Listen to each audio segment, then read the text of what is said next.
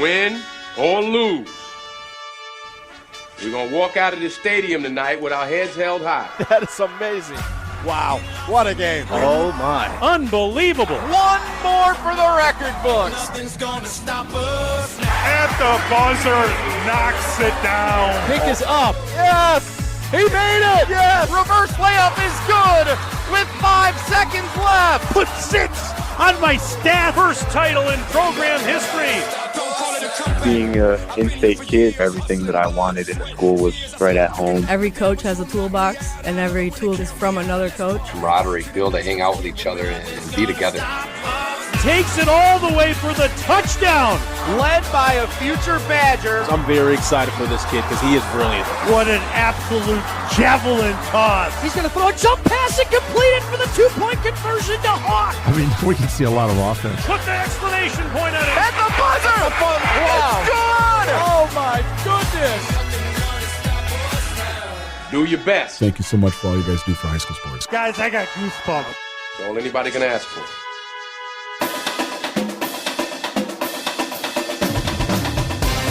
The biggest games, the most compelling stories, the area's best high school sports coverage. This is Zimbrick Honda's presentation of PrepMania on the ESPN Madison YouTube channel and the ESPN Wisconsin app.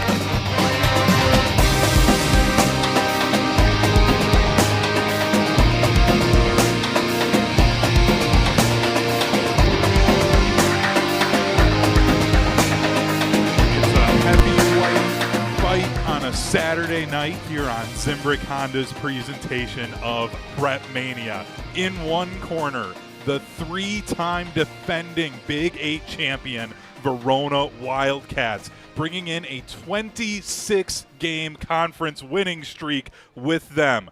In the other corner, though, the Middleton Cardinals.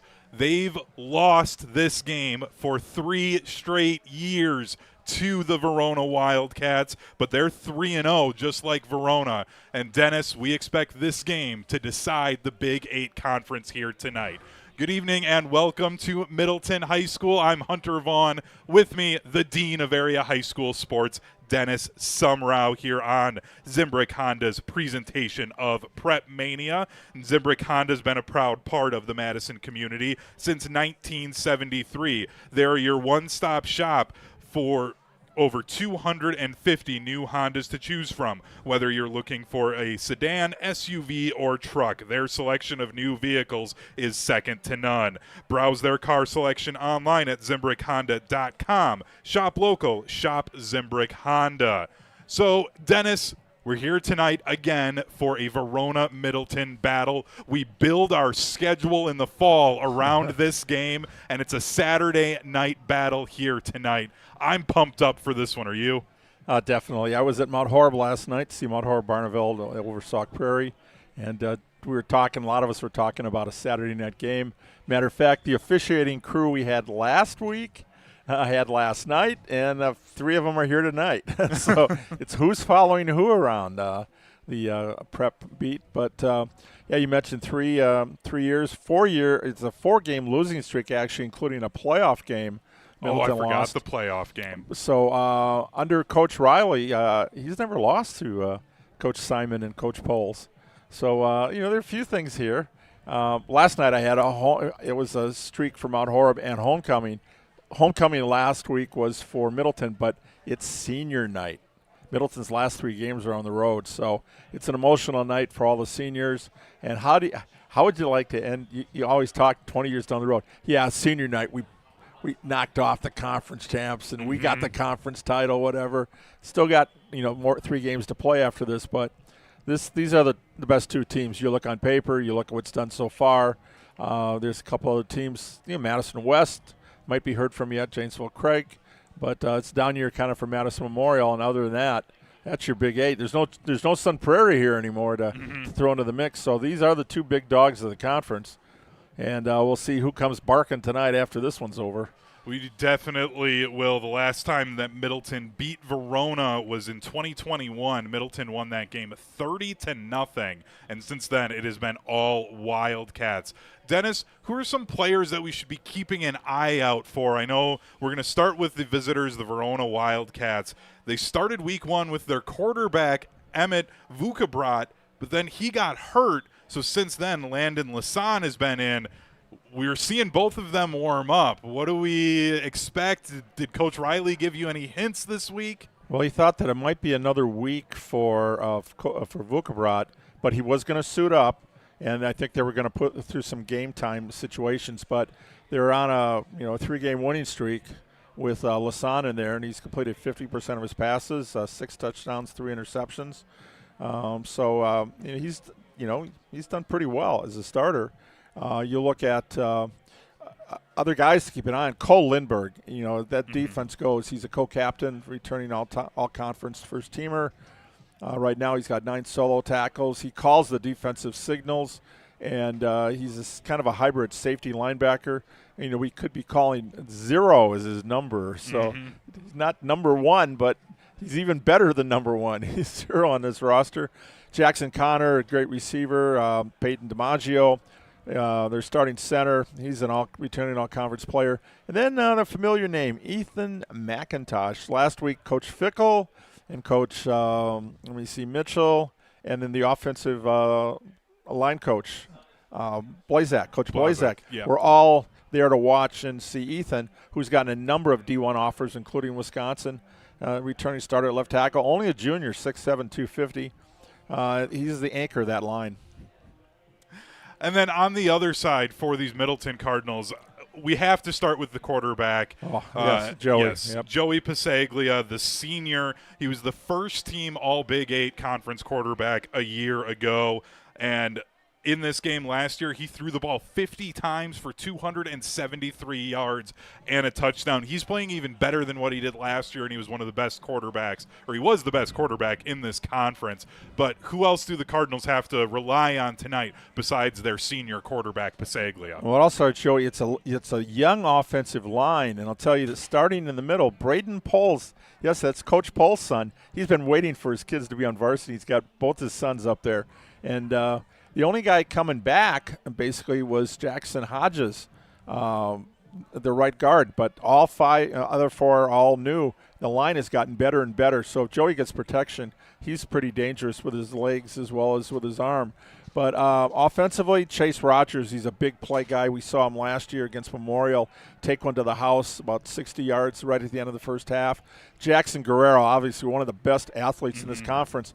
As a senior this year, he has the potential to be first-team all-conference in football, basketball, and baseball. Baseball, he's been all-conference 3 years. He was a starter as a freshman.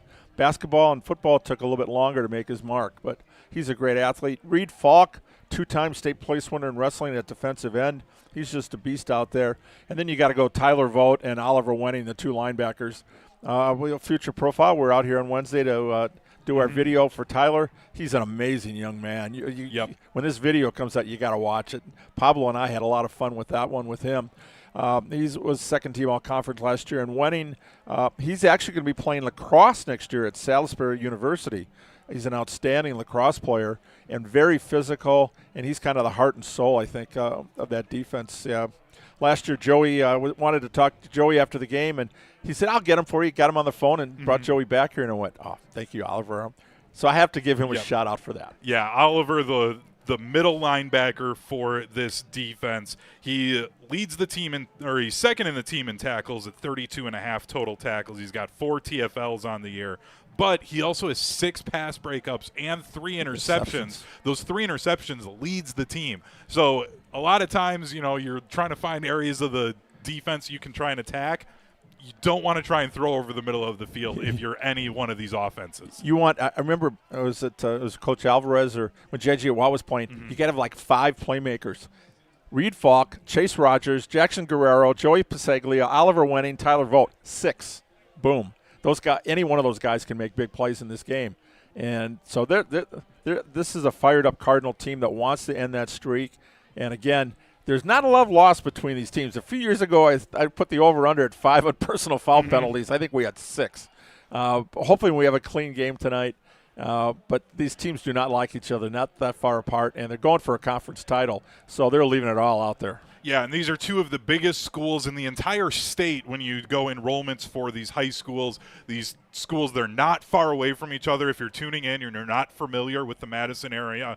Both Middleton and Verona, west side suburbs of Madison, and they're at this point, their city limits are almost touching each other with how close and how much these two communities have grown over the last few years. So there is absolutely no love lost. It's not as intense as it was a few years ago when coaches had to tell the guys, hey, get off of social media. See, that's the biggest bane right now for coaches is social media. And then homecoming, hoping your kids don't get in trouble because they're teenagers. Things are going to happen. Yep. But again, I think and Middleton is the largest high school in the state. Sun Prairie was huge. They split. I've been told we're going to have another high school in Cross Plains for 30 years since I've been here, and it's not going to happen. No. So Middleton is the big dog, but not in the conference. This has been Verona's turf, but tonight on their home turf, Middleton wants to change that dynamic. They absolutely do. We're going to take a short break. When we come back, we're going to look back at both of these teams' seasons so far and how they got here tonight, as we are about a half hour away from the opening kickoff between the Verona Wildcats and the Middleton Cardinals here on Zimbrick Honda's presentation of PrepMania. We're also brought to you by the GRB Academy. Interested in getting individual or group lessons from some of the highest level of coaching for the baseball player in your life? GRB Academy offers individual and group lessons for players of all ages and skill levels. Visit grbacademy.com for more information. GRB Academy, baseball for the serious player. We'll look back at both of these teams' schedules when we come back on Zimbrick Honda's presentation of PrepMania on ESPN Madison. Your Honda gets you everywhere. When it needs service, you need Zimbrick Honda service. Their customer service is second to none, and you can experience it for yourself at 2 convenient Madison service locations on Fish Hatchery Road and Grand Canyon Drive. From simple maintenance to expert repairs, Honda certified technicians handle it all. Need new tires? For a limited time at Zimbrick Honda, you can buy 3 tires and get the 4th for only $1. Part of the Madison community since 1973. Shop local. Shop Zimbrick Honda. Is your home ready for a makeover? At Wanakee Remodeling, we specialize in exterior transformations that turn heads. New siding, flawless decks, and windows that shine. Our team delivers top-quality craftsmanship with unbeatable warranties, ensuring your home stands strong and stunning for years to come. Call Wanakee Remodeling today at 608-442-0034 or visit WanakeeRemodeling.com. Schedule your free estimate and let us bring your vision to life. Wanakee Remodeling, building beauty that lasts. Sharon needed legal help. She needed Gruber Law Offices. When I think about Gruber Law Office, I think about how they took care of me, how they make sure that you get what you're supposed to get. Gruber Law Office. One call, that's all. I will always trust one call, that's all. Injured? Call Gruber Law Offices today. One call, that's all. They are the best. I'm very happy. In the next 30 seconds, I'm going to tell you how to save money and save the planet. It's simple. Ditch your energy bill and make the switch over to Everlight Solar. While electricity prices keep rising, Everlight Solar will give you the chance to take ownership of your power while also reducing your carbon footprint. As a local company based out of Madison, they'll be there with you every step of the way as you make the switch to solar. To learn more about how you can save money and save the planet, go to everlightsolar.com.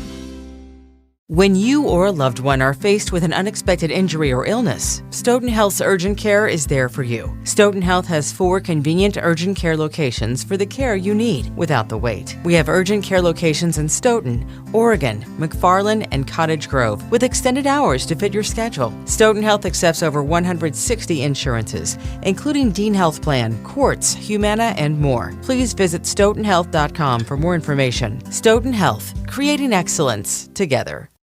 We shopped at Chalmers because my husband wanted to get me a larger diamond in my engagement ring. The folks at Chalmers said, well, we could just make it like this and we could do these things. Really just basically decided that there wasn't any place else we wanted to shop. And not only did they create this new engagement ring for me with this gorgeous center stone, they also rehabbed this other ring, and I am beyond pleased. Her favorite thing to do now is to walk around and show her hands and have people comment on it.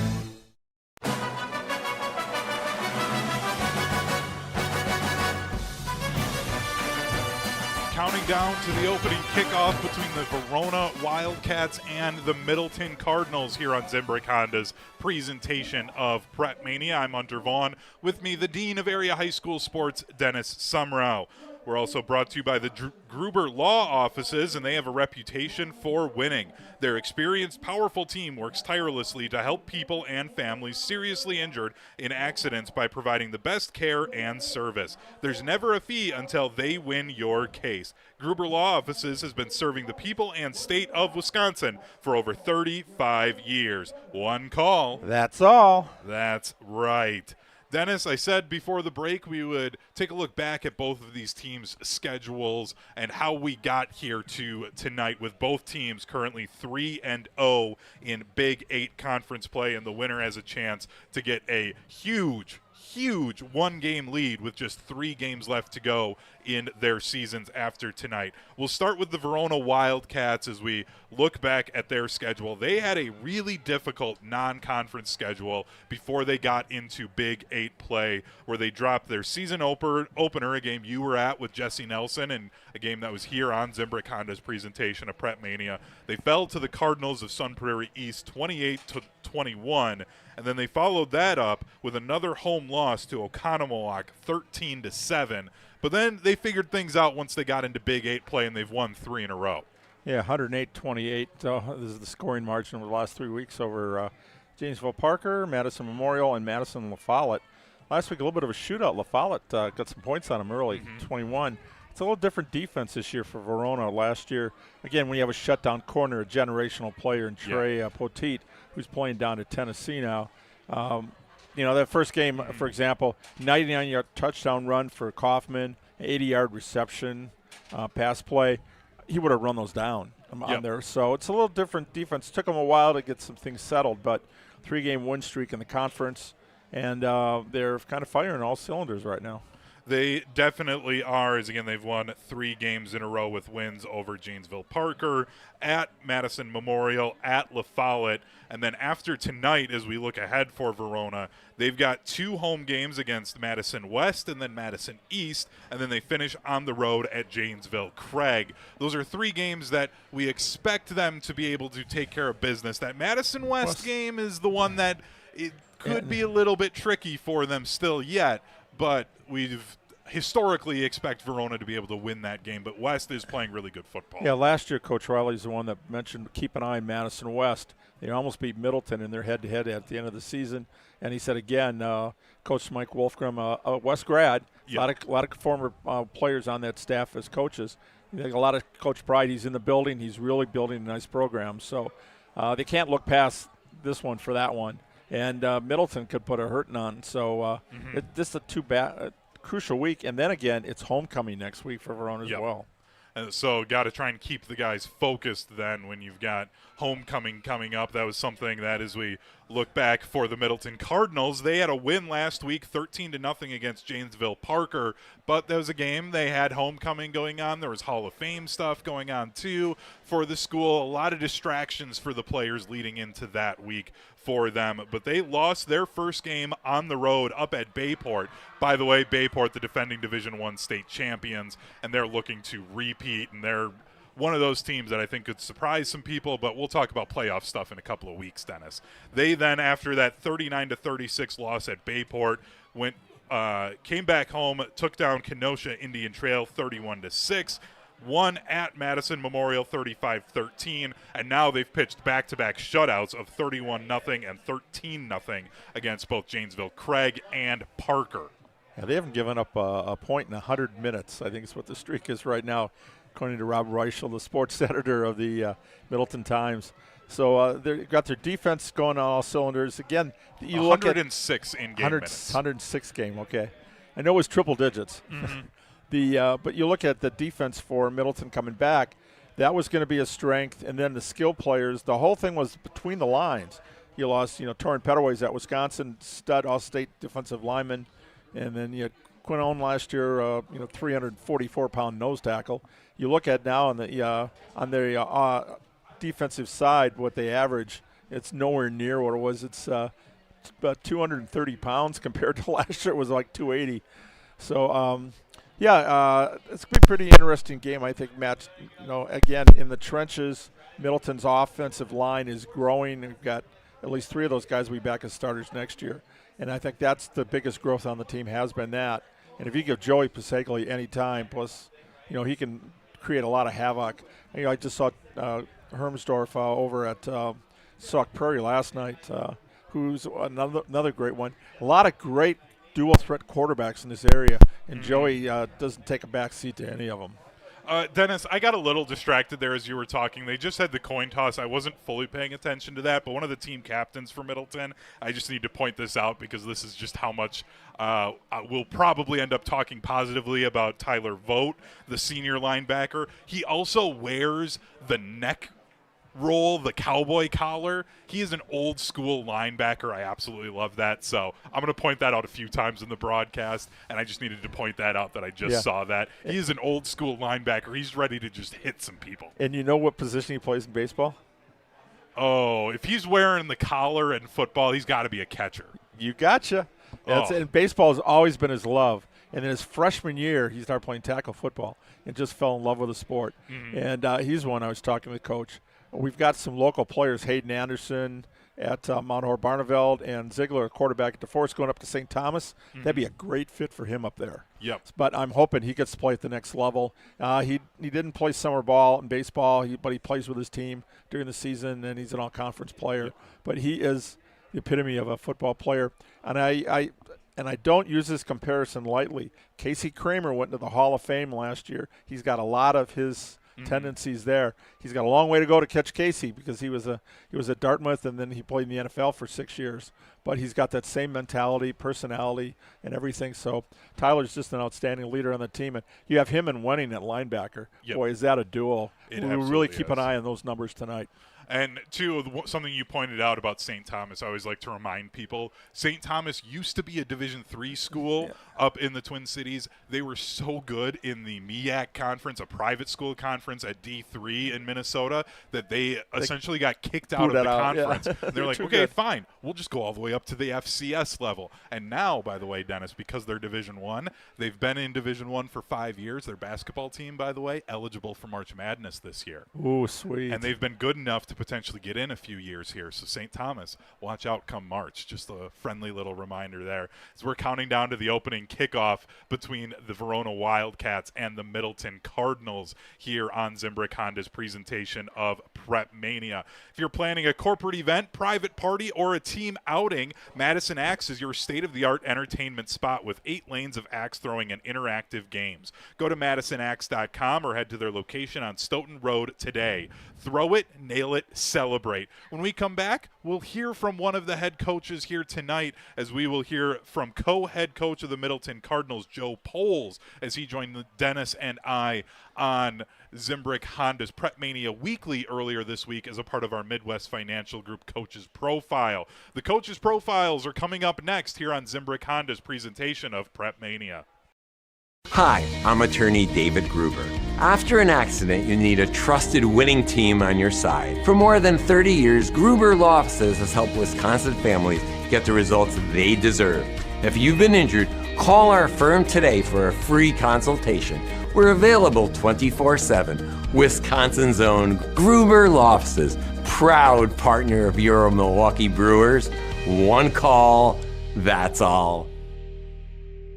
The team at Midwest Financial Group are values-based financial specialists that offer full-service financial solutions. This local independent firm has been dedicated to helping people achieve their financial, tax, and insurance goals for over 30 years. Visit mfgteam.com to learn more about how they can help set up your future for financial success. Advisory service is offered through Commonwealth Financial Network, a registered investment advisor. Come see what the buzz is all about at Madison Axe, Madison's state-of-the-art entertainment spot. Enjoy 8 lanes of axe throwing, interactive games, plus digital target projection and scoring. For even more fun, check out their indoor backyard with 2,000 square feet of shuffleboard, cornhole, yard games, bar table games, and more. Perfect for date night, groups, corporate meetings, or private events. Madison Axe is your destination for all things fun. Throw it, nail it, celebrate. Go to MadisonAxe.com or head to their location on Stoughton Road today. GRB Academy is baseball for the serious player. Over the past 15 years, GRB has been Wisconsin's top destination for player development and advancement, including over 468 college commitments and 27 MLB draft picks. Their facility in Windsor is the home of GRB Rays baseball and features over 52,000 square feet of elite baseball training. Tryouts for the 2026 summer season begin July 22nd. Find full training programs and register now at grbacademy.com.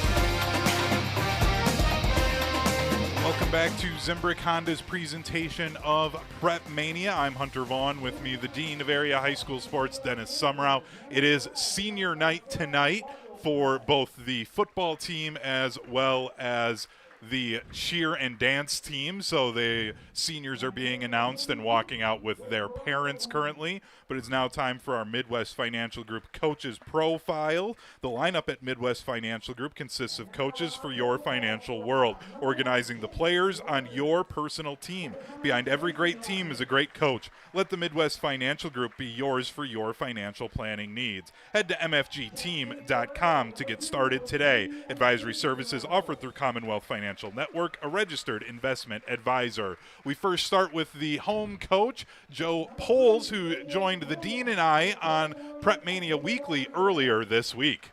Looking back to your Week 1 game, you guys go on the road to take on the defending Division I state champions in Bayport. You lose by 3, 39-36.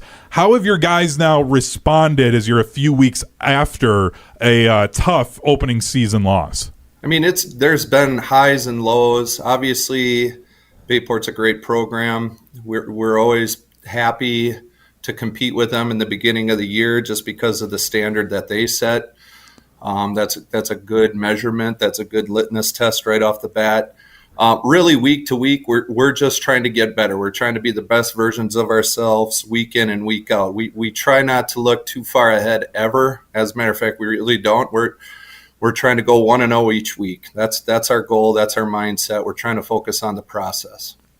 You got a quarterback last year in Joey Pasaglia who kind of surprised some people with what he did. He had a great baseball season.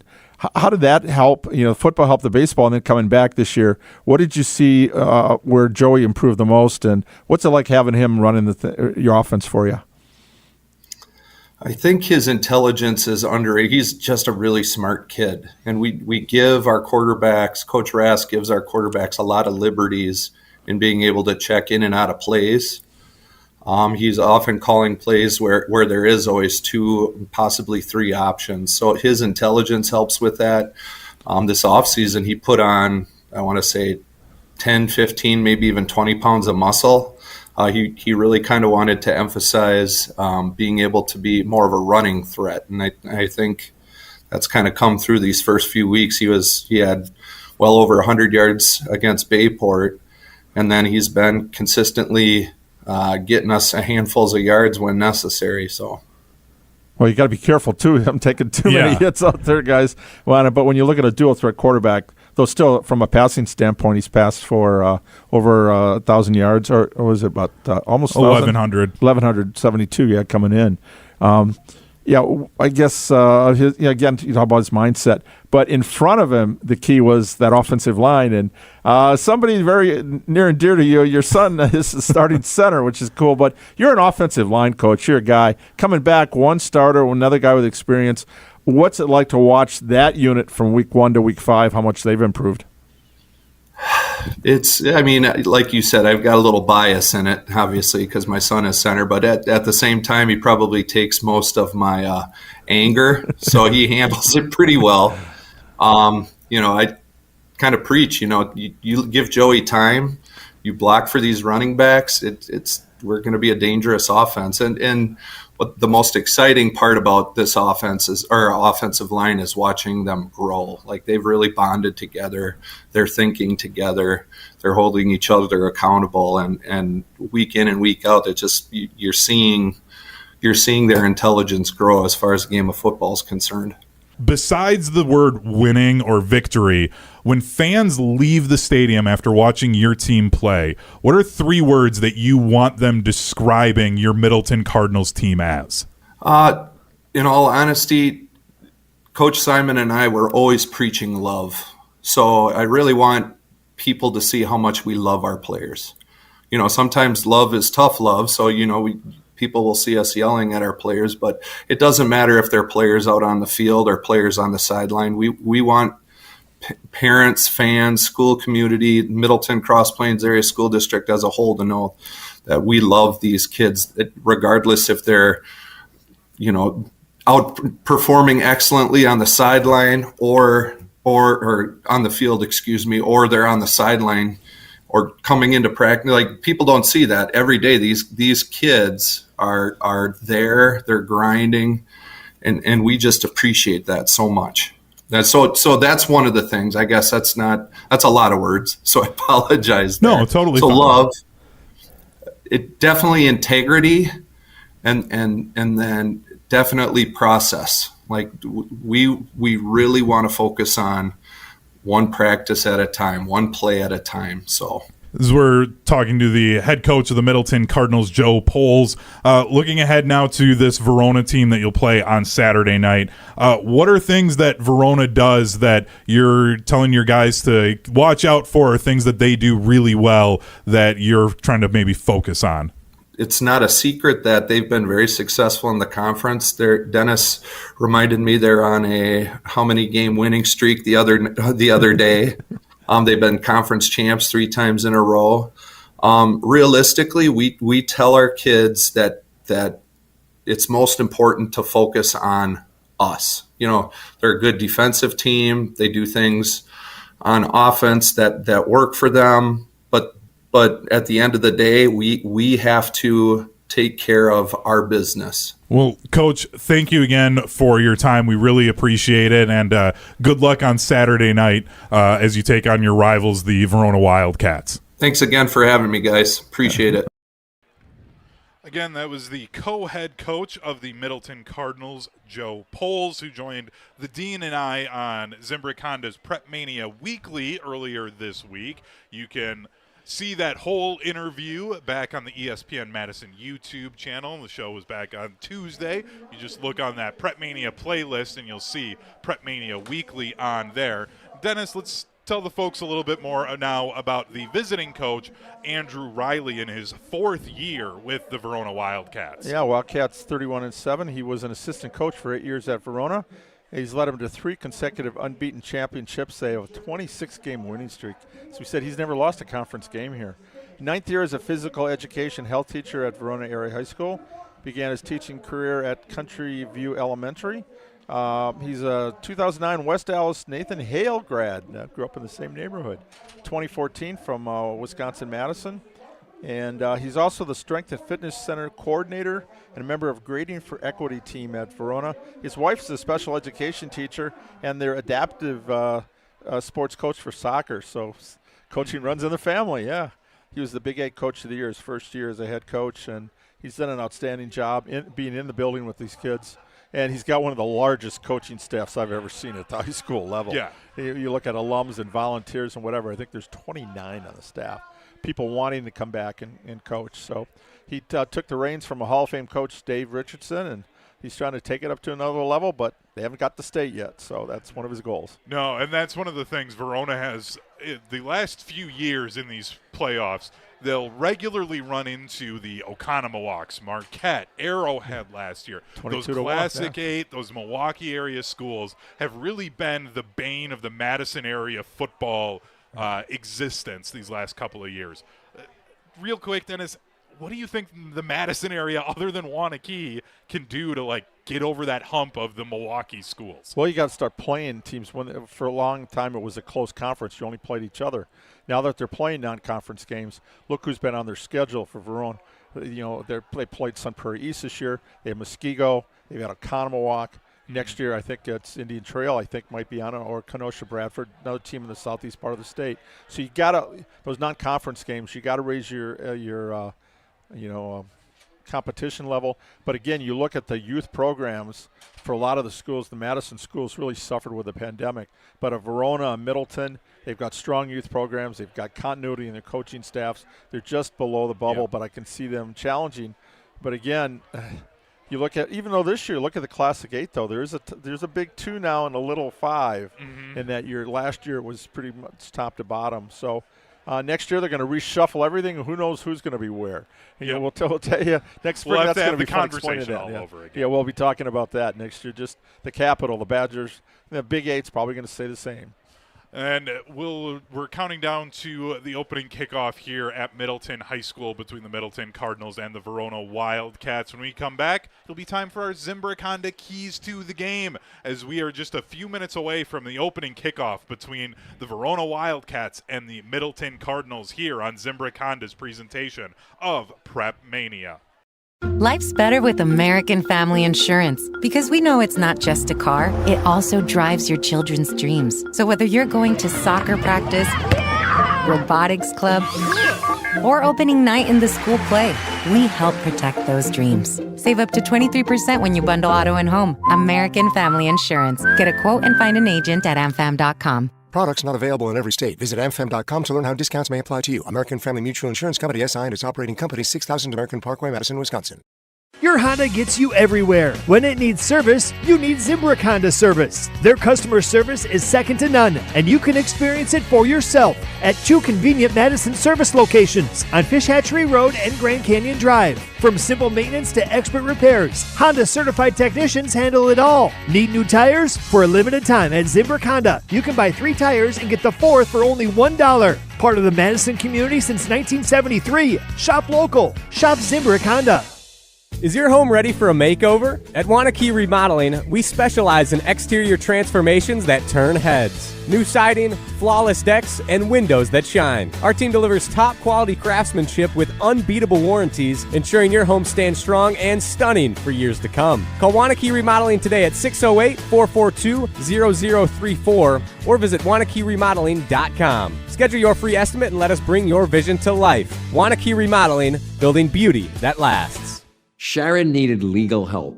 She needed Gruber Law Offices. When I think about Gruber Law Office, I think about how they took care of me, how they make sure that you get what you're supposed to get.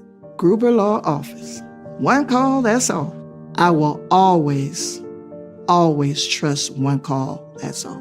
Injured? Call Gruber Law Offices today. One call, that's all. They are the best. I'm very happy.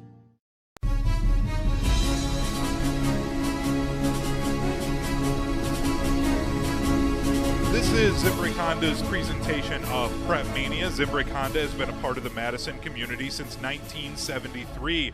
Their customer service is second to none, and you can experience it for yourself at 2 convenient Madison service locations, one on Fish Hatchery Road and the other on Grand Canyon Drive. From simple maintenance to expert repairs, Honda certified technicians handle it all. Need new tires? At Zimbrick Honda, buy 3 tires and get the 4th for how much, Dennis? $1. That's right, just $1. Shop local, shop Zimbrick Honda. It's now time for our Zimbrick Honda keys to the game here, Dennis. First for the visitors, the Verona Wildcats. What are their 3 keys to victory tonight? Number 1, don't beat ourselves. That means limiting penalties on special teams, on offense and defense. Point of emphasis every week. Limit the big plays. Pasaglia's scrambling ability with his feet. Keep him in the pocket and contain that offense. And then chew out long drives. Nothing keeps the another team's offense off the field better than your offense doing it. Last night I saw Sauk Prairie had an 8-minute, 9-second drive that went 17 plays. If Verona gets a couple of those tonight, it's going to be tough for Middleton to overcome. It definitely will. Now on the other side for those Middleton Cardinals, what do they have to do here as the home team to try and end that 26-game winning streak in Big 8 play for Verona? We talked to Joe. It's not a lot of like little things. It's more of a program philosophy. So number one, though, is limit penalties and take care of the ball, but playing together, the emphasis on us. Don't worry about Verona. Do your job. And the last one is be the best version of ourselves so the team can be the best version of itself. Mm-hmm. So, again, nothing with stats or anything else, but it's more of a mindset, a philosophy, a focus. Be ready to play when you step out there for the opening kickoff. And we are counting down to the opening kickoff here on Zimbrick Honda's presentation of PrepMania, as we are just about 3 minutes away from that opening kickoff. They're showing a video right now, Dennis, of a bunch of black and white photos going through the years of Middleton football now. They're showing video from back in the 80s, and that looks like it's at Camp Randall as well. For Middleton, the state championship game. I mean, this is reminiscent of the pre-game video for the Badgers that they're showing right now with these, showing a player running through Camp Randall with the trophy even. Now they're up into the 90s and the 2000s, showing the team pictures from each year as they get ready to take the field to the Middleton Cardinals. This is one of the best pregame presentations I've seen in high school football. Well, yeah, I'm so distracted, Dennis. We saw it at Camp Randall. We hope the result's better for the home team than it was like. Yeah, or just a tighter game. Let's have a good game. Yes, exactly. We just want a good game. That is exactly what we want as we count down to the opening kickoff here at Middleton High School. We're also brought to you by Stoughton Health. They've been providing trusted care close to home, and they are proud to support the student-athletes from around the area. From rehab to ortho care, Stoughton Health provides comfort and convenience locally. Visit stoughtonhealth.com to learn more today. When we come back, the opening kickoff between the Middleton Cardinals and the Verona Wildcats right here on Zimbrick Honda's presentation of PrepMania on ESPN Madison. In the next 30 seconds, I'm going to tell you how to save money and save the planet. It's simple. Ditch your energy bill and make the switch over to Everlight Solar. While electricity prices keep rising, Everlight Solar will give you the chance to take ownership of your power while also reducing your carbon footprint. As a local company based out of Madison, they'll be there with you every step of the way as you make the switch to solar. To learn more about how you can save money and save the planet, go to everlightsolar.com. When you or a loved one are faced with an unexpected injury or illness, Stoughton Health's urgent care is there for you. Stoughton Health has 4 convenient urgent care locations for the care you need without the wait. We have urgent care locations in Stoughton, Oregon, McFarland, and Cottage Grove with extended hours to fit your schedule. Stoughton Health accepts over 160 insurances, including Dean Health Plan, Quartz, Humana, and more. Please visit stoughtonhealth.com for more information. Stoughton Health, creating excellence together.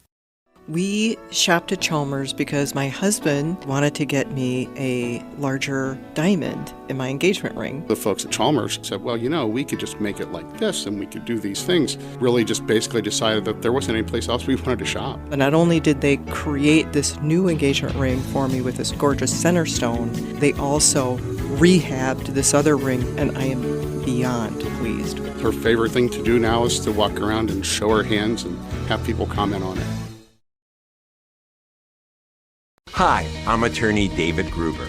After an accident, you need a trusted winning team on your side. For more than 30 years, Gruber Law Offices has helped Wisconsin families get the results they deserve. If you've been injured, call our firm today for a free consultation. We're available 24/7. Wisconsin's own Gruber Law Offices, proud partner of your Milwaukee Brewers. One call, that's all.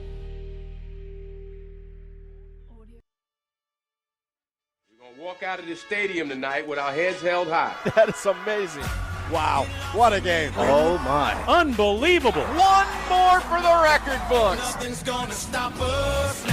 the buzzer, knocks it down. Pick is up. Yes, he made it. Yes, reverse layup is good with 5 seconds left. Put 6 on my stat. First title in program history. Being an in-state kid, everything that I wanted in the school was right at home. Every coach has a toolbox, and every tool is from another coach. Camaraderie, be able to hang out with each other and be together. Takes it all the way for the touchdown. Led by a future Badger. I'm very excited for this kid because he is brilliant. What an absolute absolute javelin toss. He's going to throw a jump pass and complete it for the 2-point conversion to Hawk. I mean, we can see a lot of offense. Put the exclamation point on it. At the buzzer. Wow. It's good. Oh, my goodness. Do your best. Thank you so much for all you guys do for high school sports. Guys, I got goosebumps. That's all anybody can ask for.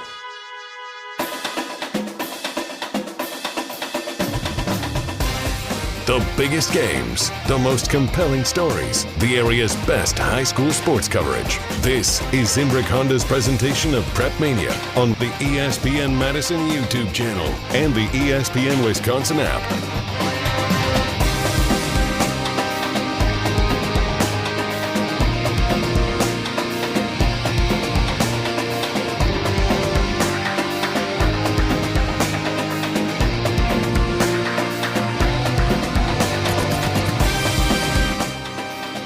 We are almost set for the opening kickoff here from Otto Breitenbach Stadium at Middleton High School between Big 8 rivals, the Verona Wildcats and the Middleton Cardinals. I'm Hunter Vaughn. With me, the man, the myth, the legend, the dean of area high school sports, Dennis Sumrau. Dennis, any final thoughts before the opening kickoff? This is a Division I football game. You see how many players are lined up? Middleton's almost goal line to goal line out here, or at least 20 to 20.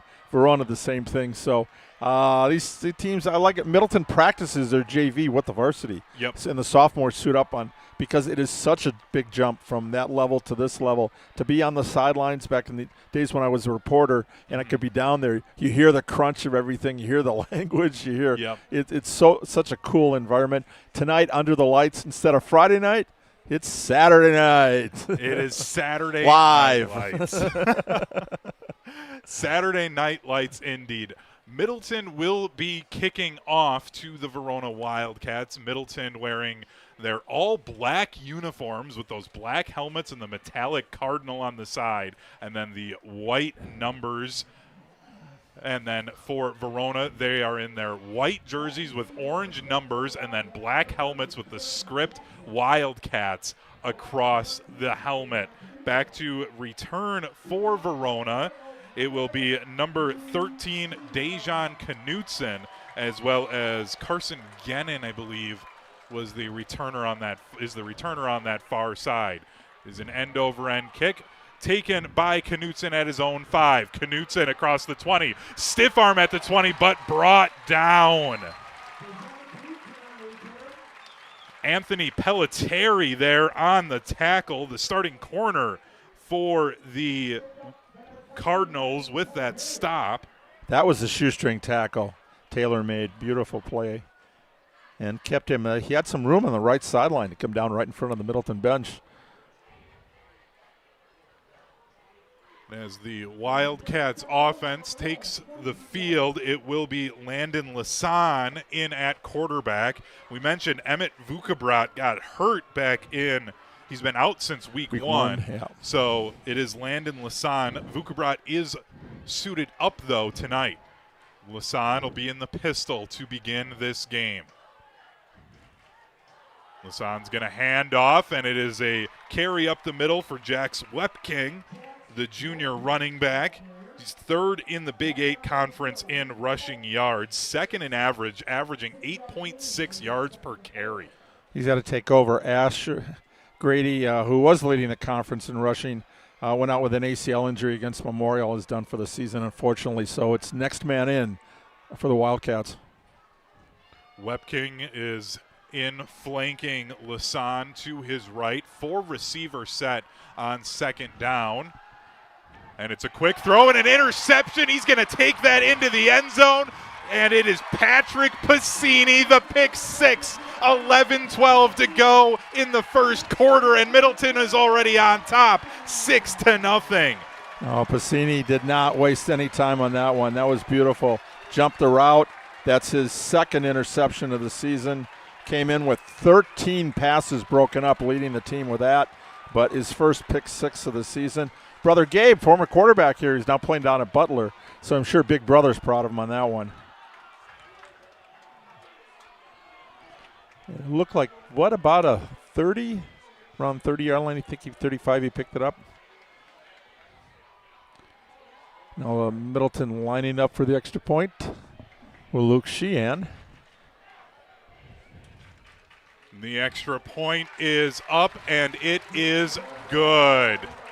Yes. 7-0, our score early here on Zimbrick Honda's presentation of PrepMania.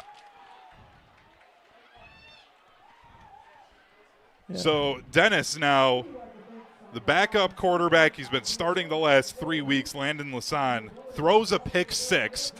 You're already trailing now with 11:28 to go here in the first quarter. How do you bounce back from that? Well, you just don't look at the scoreboard. Just got to come out here and just get a nice long drive going and try to do the equalizer. But that was a beautiful pick six by Pacini. Couldn't ask for a better way to start off on senior night. And, of course, Pacini is a senior. On senior night. You'll never forget that. It's my second night in a row. I saw a pick six last night for Sauk Prairie in their game. Freshman Devin Bell, 2 interceptions in 2 weeks for touchdowns. See if Pacini can get another one tonight.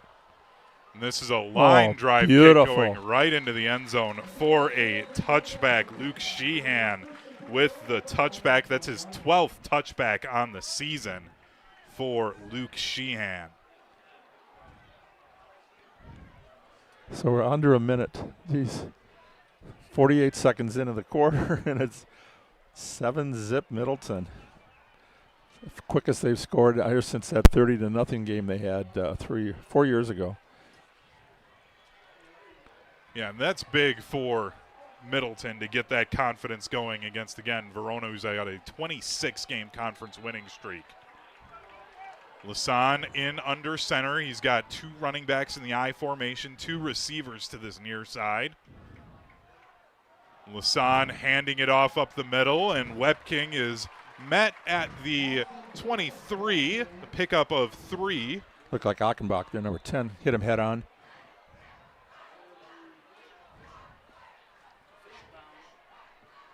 And an official got run into, so he's down on the turf being helped up. Yeah, pick up a 4 on that one. Looks like he's just going to try and walk it off.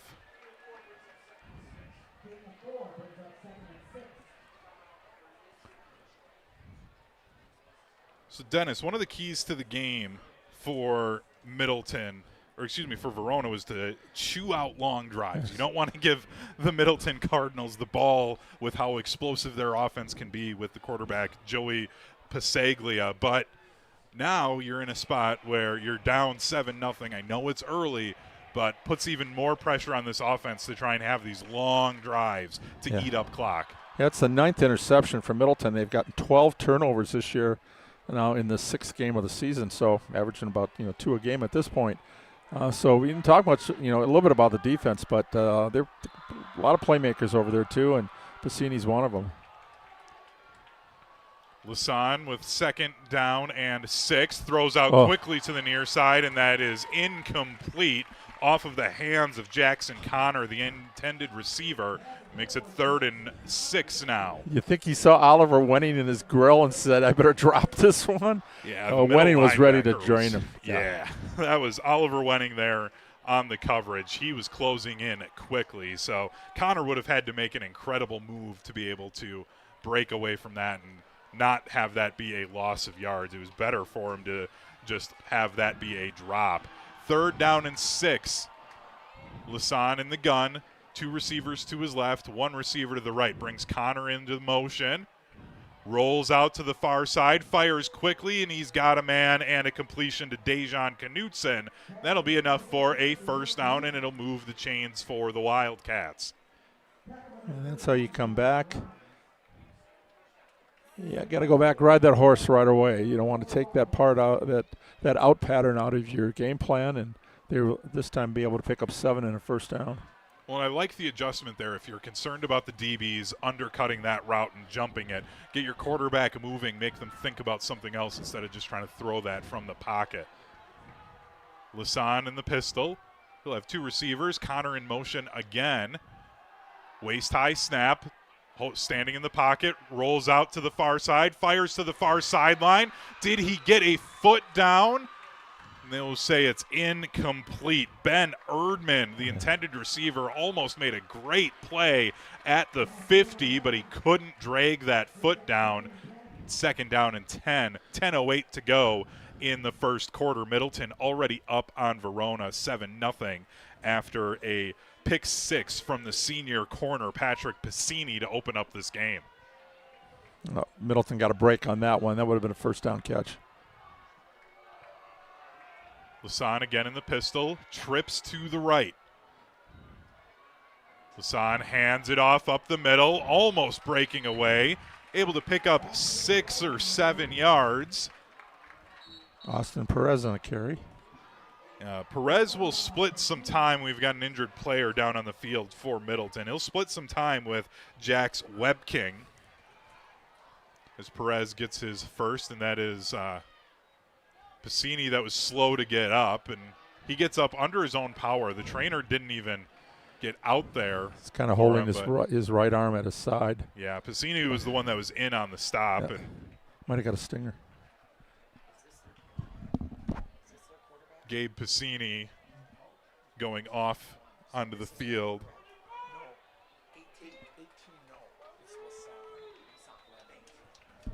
So 3rd down and 4 at the 37 of Verona on their second drive of the night. 9:45 to go in the first quarter. Lasan in the pistol. 3 receivers to his right. It's a handoff to Webking up the middle. He has enough for the first down and brought down at the 45. So the O-line for Verona, now they're going to work quickly. I was going to say they're opening up some good holes against this front 7 of Middleton. Middleton slow to get some players off, and now we'll have a timeout. Co-head coach Tim Simon not happy with his assistants and the sideline as there was some substitution issues, so Middleton has to use their first Madison College timeout. So Verona responding well after that pick six, Dennis. Yeah, just grinding it out. They were able to complete a pass there and then put the ball in the running back's hands. So that's a good 1-2 punch with Webking and with Perez. Perez is a returning first-team all-conference back, missed the first couple games this season, and Grady had taken over as a running back. He's down, so, it's this point in the season, next man in, and right now it's Perez and Webking. It's a good 1-2 punch. Webking averaging 8.6 a carry, Perez 8.1 coming into this game. And a couple of great running games the last 3 weeks of the conference season. Again, that's a Madison College timeout for Middleton. Madison College has been around for over 100 years right here in our community. They've grown to 7 campuses all across South Central Wisconsin, including 3 here in Madison. Learn more at madisoncollege.edu. That's madisoncollege.edu. 1st and 10 at the 45 for the Verona Wildcats on their second drive of the night. 9:29 to go in this first quarter. It's a handoff again and another big hole up to midfield, and he gets into Middleton territory. Does Webking, that was Austin Perez. Austin Perez staying in. Verona going with the hurry up again. 3 receivers to the right side. Lasan goes with a hard count, looks over to the sideline to get the audible. Gives the check to his own line. They keep the same formation. It's a chest-high snap. Perez gets a handoff, bounces it outside, stumbling forward. We've got 2 flags coming in, one hitting Dejan Knutson in the back. As of right now, it's enough for a first down. We'll have to see what the signal is. Looks like this is going to be going against Verona. A holding penalty. And the hold will back up the Wildcats, and it's one of the things that was on the Zimbrick Honda keys to the game for Verona, Dennis. Key number 1, in fact, from head coach Andrew Riley. Don't beat ourselves. Yeah, can't have pick sixes and holding penalties. Yep, and so far that's 2 big ones right away. So now it ends up costing them 10 yards. It backs it up for a 2nd and 10. So they have that holding penalty being at the 45 of Middleton, pushes Verona back to their own 45. 2nd and 10, inside 9 minutes to go in the first quarter. Lasan in the gun.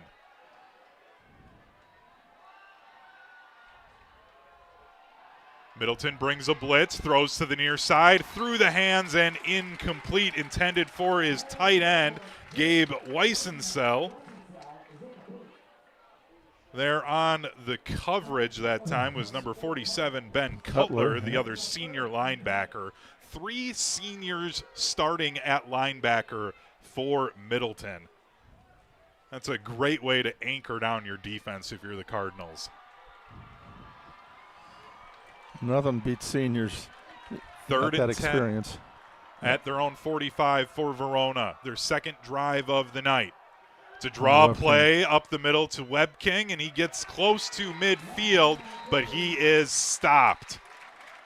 Give him 4 yards.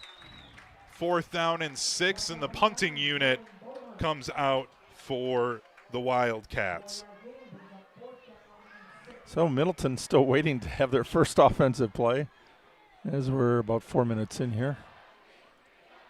Middleton leading 7-0 after a Patrick Piscini pick 6 to open up this game. Boato on for the punt for Verona. A great kick. This one's going to bounce down at the 15, take a Wildcats bounce inside the 10 and spot it down at the 7, maybe the 8-yard line. They'll spot him down at the 8. It'll be 1st and 10 for the Middleton Cardinals as the senior Joey Pasaglia comes out for his first snap on offense tonight with 7:52 to go in the first quarter. Good job for the Middleton defense. Kind of bent. Didn't break, though, but Verona's flipped the field. Now Middleton's have to go a long way. Touchdown with a 1st and 10 on their own 7. It's an empty backfield for Pasaglia to begin. He has 2 receivers to each side of the formation. He stands at his own 2, throws out quickly to the near side. He's got a completion across the 10 to Elijah Jackson. So Elijah Jackson, he's listed as a running back, but he's got 666 all-purpose yards coming into tonight. That's good for number 2 in the Big 8 conference. Middleton, after that pickup of 8 yards on 1st down. They go quickly. Another empty backfield. Will have a false start penalty, though. They started bringing Jackson into motion, but the left side of that line jumped for the for the Cardinals. Hey, you mentioned Jackson. He actually came in leading the team with 27 receptions, 12.8 yards and a catch and 3 touchdowns. Very good hands. He reminds me of Tavon Austin. Yeah. By the way, Dennis, best highlight reel you'll ever find on YouTube, Tavon Austin's. I'll go check it out. You should. It is electric. Another empty backfield after that false start penalty makes it 2nd down and 8. Pasaglia with a draw, dancing around at his own goal line, still looking to throw. Now he'll take off to run with it, gets across the 15 and lowers his shoulder into a defender and steps out of bounds close to that 1st down marker. That's the problem with Joey Pasaglia. If you're a Wildcat fan, he's so dangerous. So difficult to bring down. Averaging 5 yards a carry, 50 rushes so far this season. So it's 10 attempts a game. Verona brings a blitz, throwing quickly and incomplete through the hands of Elijah Jackson. There was an unblocked defender coming into the face of Joey Pasaglia. He had to get rid of that ball quickly, and on 4th and 1, but at their own 17, the punting unit coming out for Middleton. Jackson Guerrero will come out to punt. He was 2nd team all Big 8 a year ago as a punter, averaging nearly 45 yards a punt this year. And now there's another flag. It looks like we're going to have a delay of game. Seems like that was a little fast for a delay of game. Substitution penalty on Middleton. That's going to Another back 5 up the yards. Cardinals even more. I mean, there's a chance here, Dennis. Verona should be able to get the ball right about where they had it when they punted, right around midfield, if not into plus territory to start this third drive of the night for them. You know, able to flip the field. Defense does a good job. So now if you can get that short field against Middleton's defense, got a chance to punch one in here in the next series.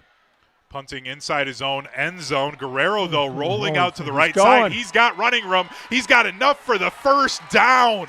Across the 20, Jackson Guerrero rolled out, looked like he was going to do the rugby-style punt, and said, nope, there's plenty of running room for me. I'll just pick up the first down and get my offense back out onto the field.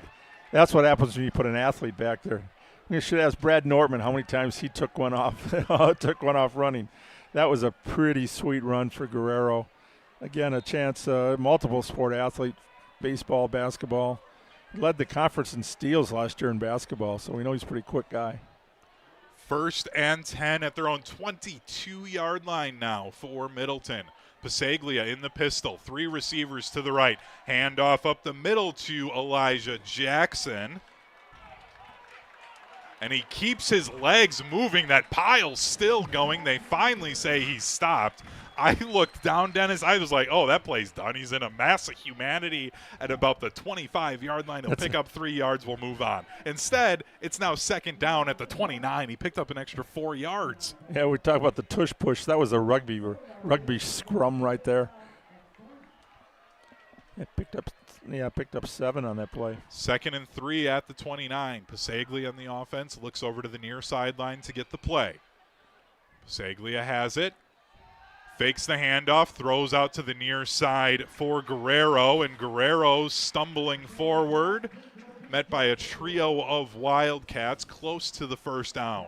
It looks like just come up a yard short. 3rd down and 1 at the 31.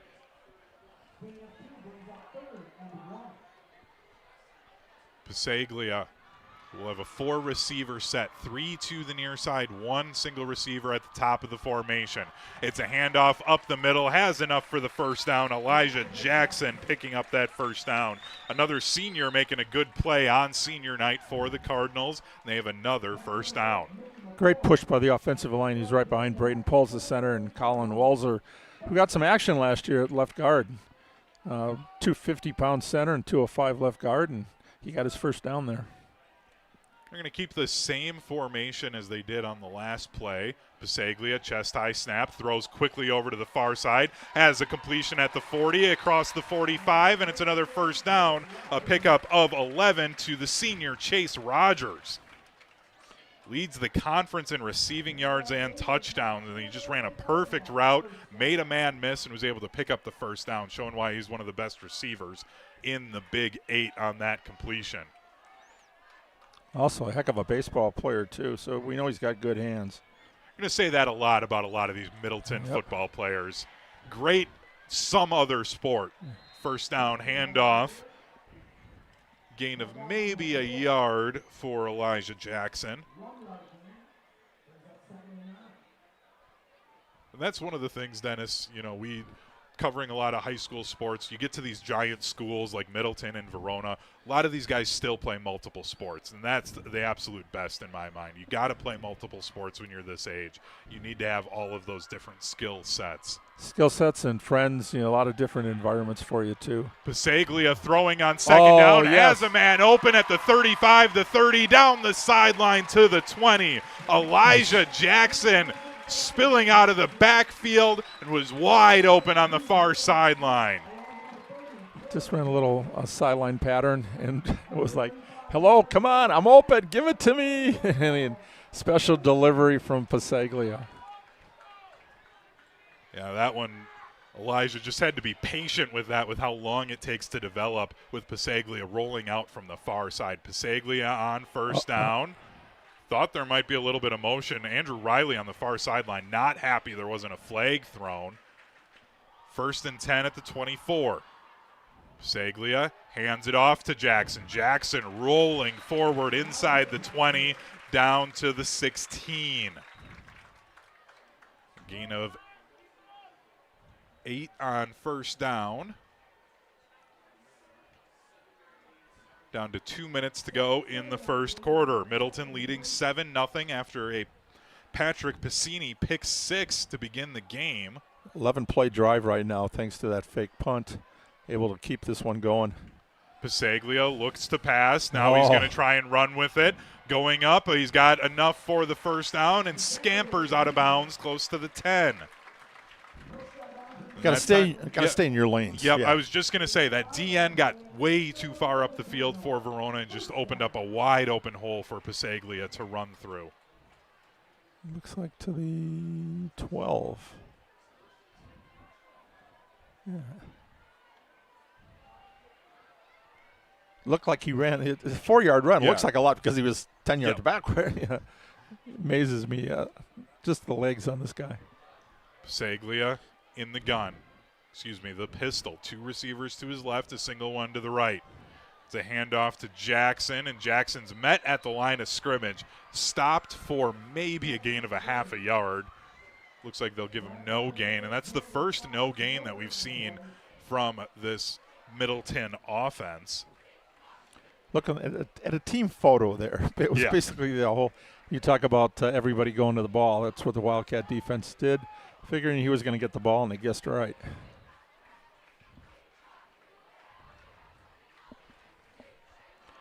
It's a long drive. Middleton started out at 7:52. We're getting close to a minute left in the period. Close to a minute left in the quarter. 2nd down and 10 after the no gain. Pasaglia rolling out. Looking. Now he'll dump it off. He's got a completion inside the 5. Diving forward down to the 1-yard line. Elijah Jackson close to a touchdown, but he's down at the 1. It's a 1st and goal at the 1. 12-yard pickup, 1st and goal at the 1. I have a feeling you just got to give this to Elijah Jackson here, Dennis. He's the one that's really carried this offense. 6 first downs on this drive. It just kept plugging away, and he's not out there. As Reed Folk, the defensive end, is in at running back. Pasaglia under center, tush push, pushing forward. He is stood up at the half-yard line, reaches forward, and they'll say his forward progress was stopped at the 1-inch line.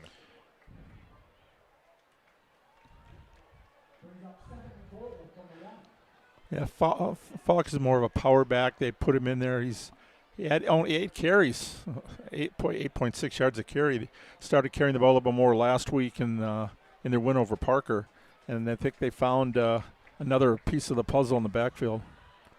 The clock winds down on the first quarter of action. The Middleton Cardinals with a 7-0 lead on their rivals, the Verona Wildcats, after a Patrick Piscini pick 6 to open up this game. We'll be back for the second quarter of action in 30 seconds here on Zimbrick Honda's presentation of PrepMania on ESPN Madison. Bucky wants a Honda with lots of headroom. Zimbrick Fish Hatchery Road. Something with room for all your friends, right? These are the people who take good care of you. It's gotta be red, of course. Get to know Zimbrick, 'cause you deserve it. Zimbrick Honda. Hundreds of options. Zero hassle. Zimbrick Fish Hatchery Road. The Middleton Cardinals leading the Verona Wildcats here on Zimbrick Honda's presentation of PrepMania. Zimbrick Honda has been a proud part of the Madison community since 1973. They're your one-stop shop for over 250 new Hondas to choose from. Whether you're looking for a sedan, SUV, or truck, their selection of new vehicles is second to none. Browse their car selection online at ZimbrickHonda.com. Shop local, shop Zimbrick Honda.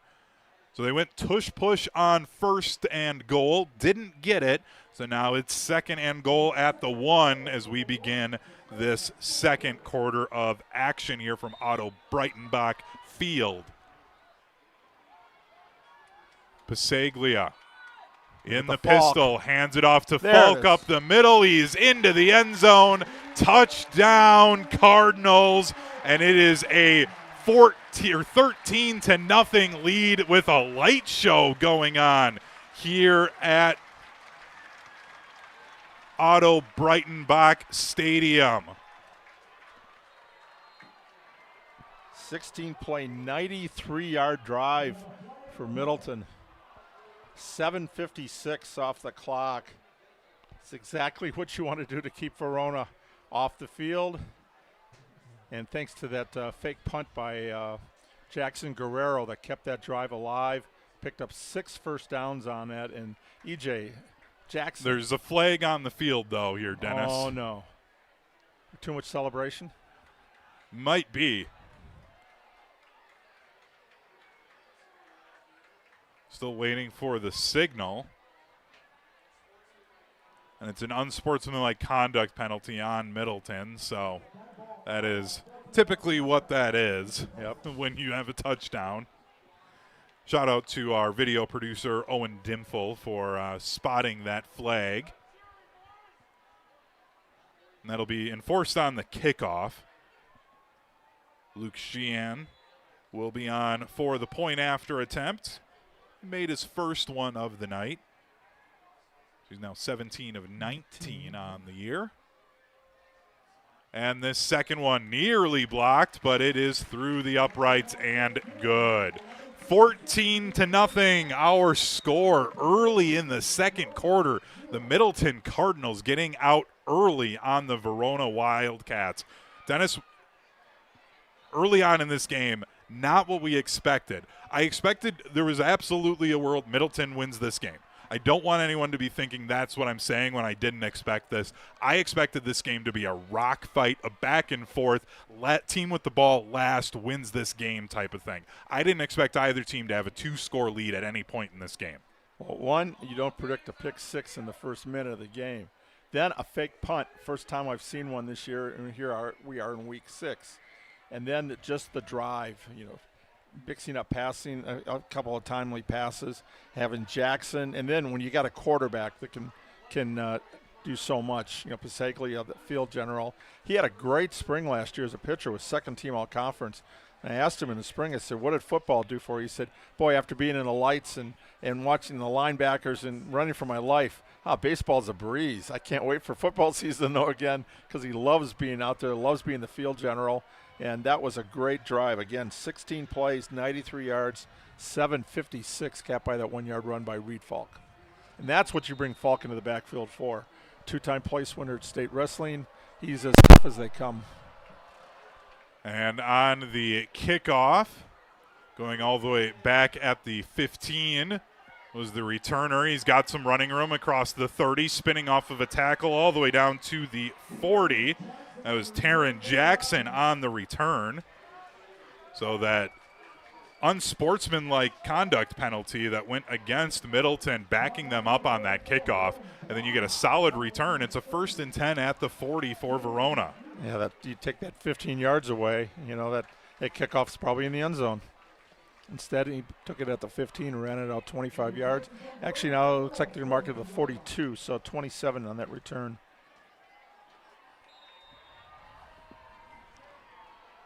First and 10 at the 42. Lasan in the pistol, handing it off on first down. Looked like he had some running room at first at Webb King, but these great senior linebackers for Middleton closing in. It's a pickup of 2 on first down. Up to the 44 now. It's imperative for Verona to get a drive here and got to answer the call on that one. Again, they got the opening kickoff, so Middleton gets it to start the second half. And Middleton would like nothing better to stuff them and get another score and then tack one on, and all of a sudden you're looking at a runaway. 2nd and 8. Lasan in the gun.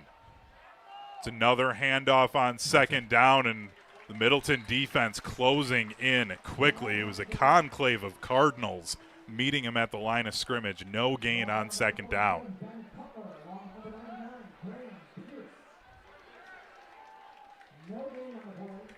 No gain. Good run defense here. 2 carries, 2 yards. So Middleton, nothing fires up the defense more than that offense having that long drive. They got a little bit of a rest there after Verona had a nice drive. 3rd and 8 at the 44. Trailing 14-0 are the Wildcats. Lasan in the gun. 2 receivers to his left. A chest-high snap, looking to pass, looking, still. Now he's going to try and run with it. Gets close to the the midfield marker, and he is stopped at the 48. Took quite a hit that time, did Lasan. That was Tyler Vogt, 45. Tyler Vogt with the cowboy collar, middle linebacker. And it's a 4th and 2 long at the midfield spot for Verona to try and go for it.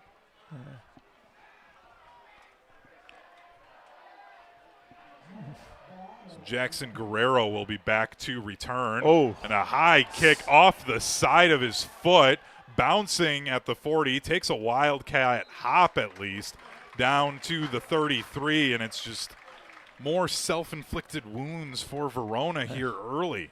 Didn't even go 20 yards on that one. You could see it went straight, almost like straight up. You're like, oh no.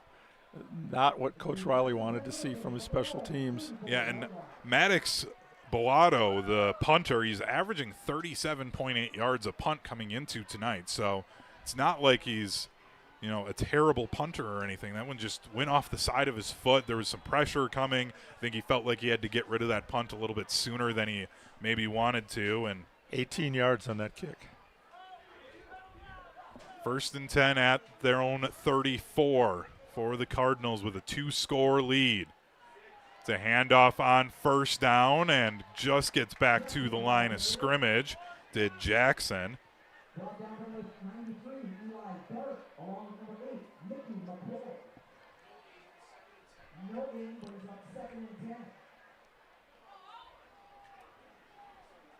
Again, Jackson, that dual threat there. He's a hard runner between the tackles, but then you get him out in the flat. He can show his moves as he did earlier on a catch. Pasaglia, he's just going to take off and run with it as he had an open lane. He has enough for the 1st down and steps out of bounds close to midfield. Joey Pasaglia, again, just so dangerous if you give him an open running lane as a defensive line. Shea, number 8, the tight end, the kicker. Great block there. Sealed the outside, so Pasaglia was able to get out there and pick up the 1st down. 1st and 10 at the 46. It's where Joey Pasaglia stepped out of bounds. A low snap. He's able to control it. Looking to pass. Throws to the near side, and it is incomplete off the hands of the junior receiver, Will Russell. Good attempt trying to thread the needle with some double coverage there. Didn't get picked off, but lived to throw another day. Yeah, and the defensive backs were sitting back for Verona. They were taking the 2 deep routes that time, so Pasaglia made the right read to go to Will Russell and just couldn't bring that one in as he had to drop down to his knees to try and catch it. He put it the only place that he could get it where the defense couldn't. 2nd and 10 after the incompletion. Quick throw to the far side to Rogers. Tries to break a tackle, can't do it. He picks up a couple of yards. I'll say he's down at the 48. So 2 yards, a couple of yards, Dennis. There you got go. that one right. Awesome. I'm going to take my wins where I can get them, okay? You betcha. 3rd and 8 at the 46. Or 48 now, excuse me. The scoreboard hadn't changed. So I had a win and then I had a loss there, Dennis. 3rd and 8. Pasaglia, pressure coming, looking. Now he's just going to run with it again. He's across midfield, and he is upended and dropped. Gain of a couple. Taryn Jackson, the sophomore corner, coming in for the stop. So it's a 5-yard gain. They're into Verona territory, are the Cardinals. 4th and 3, but here's where now you want to pin him inside the 10. You want to get him in the danger zone area. Counterpoint, Dennis. We already saw it once. Why not try it again? Jackson Guerrero, fake punt, keep the drive moving. Yeah, I think you go to that well too many times, so that was perfect timing for it. Until they show they can stop it, why not keep trying it? You're up 2 scores. Oh, there you go. There's your shortstop. He just one-hopped him. One-hopped and a high kick inside the 10. Fair catch for Taryn Jackson. So now the Wildcats offense is going to have to try and march down the field 91 yards. Excuse me, 92 yards. They mark it back at the 8. I thought it would be at the 9.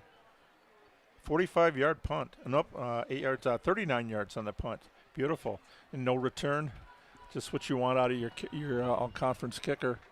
Now 7 minutes, plenty of time for Verona to go down the field and score, but here where Middleton wants to be able to turn them over, this ball security is so important for Verona right now because you cannot afford a mistake and give up another touchdown here. Senior quarterback Landon Lasan will be under center in the I formation with 2 receivers to his right. It's a handoff over to the left side, and he is dropped for a loss. Tyler Vogt came charging in and made that shoestring tackle for a loss of 1 on the play. Beautiful play. Got outside, got great penetration and right for the ankles to make sure he didn't go anywhere. And then, like you said, it looks like a loss of 1. Tyler Vogt getting another tackle for a loss. Came into tonight with 9 TFLs on the year. He had 2 of them last week in their victory over Janesville Parker. 24 solo tackles, and that was he's at least a couple, so 26 now. 2nd and 11. Quick throw to the far side. That's complete for Jackson Connor. Able to pick up a couple of yards, gets it across the 10-yard line. Still going to be a 3rd down and long for Verona. Looks like 11. Where are they going to put it? All right, drop the puck.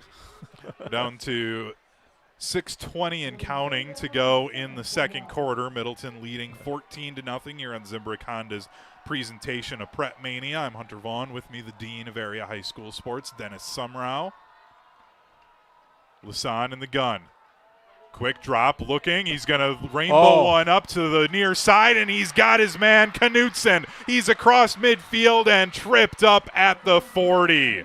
Dejan Knutson, the big play for the junior receiver. For Achenbach, that was a touchdown-saving tackle. He doesn't make that shoestring tackle. He goes to the house. Knutson is down as he fell awkwardly when he was tripped up on that stop. So we're going to have a timeout on the field here as the trainers attend to Knutson. He was down, and then just as the Verona trainers got there, he popped back up and was going to try and run over to the far sideline. 48 yards on that completion. And they just flipped the field there. Very important for Verona from a field position standpoint now. They have a chance to put some points up on the board here before halftime.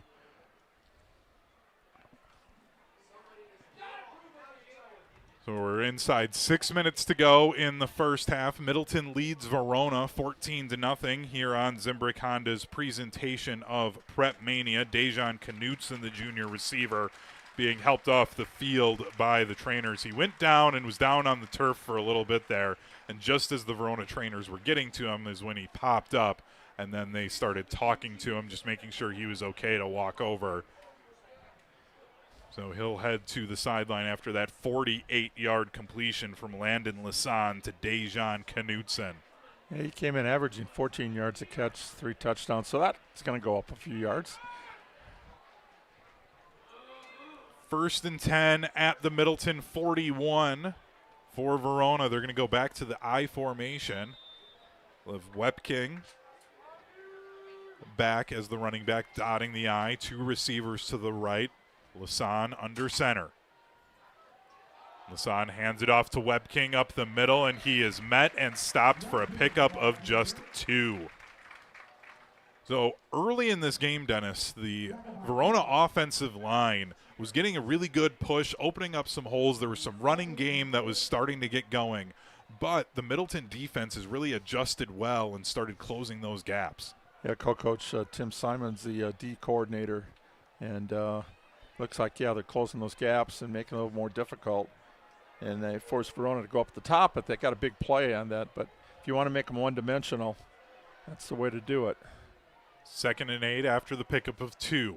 Another I formation, play action. Lassam looking to throw. Fires deep over the middle of the field. He's got his man at the 10. Touchdown, Wildcats. Jackson Connor with the 41-yard touchdown reception. And Verona cuts it to a 1-score lead. The senior receiver, Jackson Connor, gets his 4th touchdown of the season. The team captain, a 39-yard reception. You should count it from where the quarterback throws it, Dennis. It was even farther. Inside 5 minutes to go, the extra point is up, and it is good. 14-7 with 4:58 to go in the first half. The Verona Wildcats answer and get on the board here on Zimbrick Honda's presentation of PrepMania. We'll be back in 30 seconds here on Zimbrick Honda's presentation of PrepMania on ESPN Madison. Bucky wants a Honda with lots of headroom. Zimbrick Fish Hatchery Road. Something with room for all your friends, right? These are the people who take good care of you. It's gotta be red, of course. Get to know Zimbrick, 'cause you deserve it. Zimbrick Honda. Hundreds of options. Zero hassle. Zimbrick Fish Hatchery Road. So we have 14-7 with 4:58 to go in the first half. Middleton still leads the Verona Wildcats, but Verona answering with a 92-yard drive, Dennis. 5 plays, he had 2:26 off the clock. It was huge for them because now if they can keep Middleton from scoring, going with a 7-point deficit, the Cardinals do get the second half kickoff. So the momentum would be with the Cardinals, but Middleton wants to try to punch one in here. Oh, good return. And the kick return taken out to the 20. It was Eli Anderson on the return.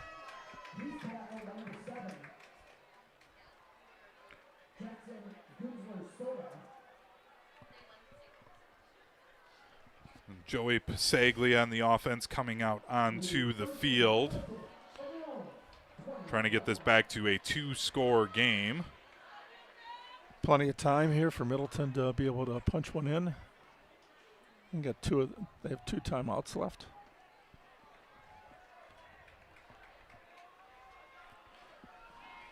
Pasaglia will be in the gun with an empty backfield. 3 receivers. We're going to have too many men on the field. It would have been a free play. Instead, they'll just dump it off and still get a nice gain.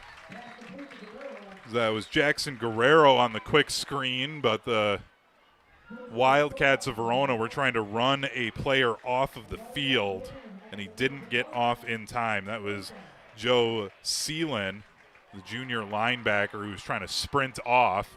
But that ball was spotted on this near hash mark, so it's a long way to ask a linebacker to try and run and get off the field in time.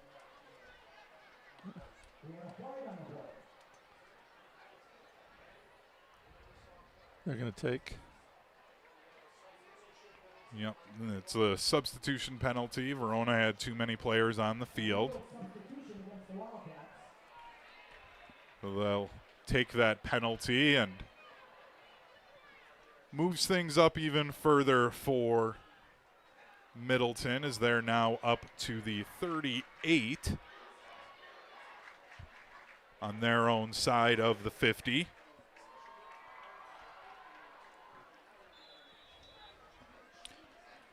Pasaglia again with this empty backfield. 3 receivers up at the top, 2 at the bottom. Brings Rogers into motion over to the far side. That's where they'll throw it, and he is upended.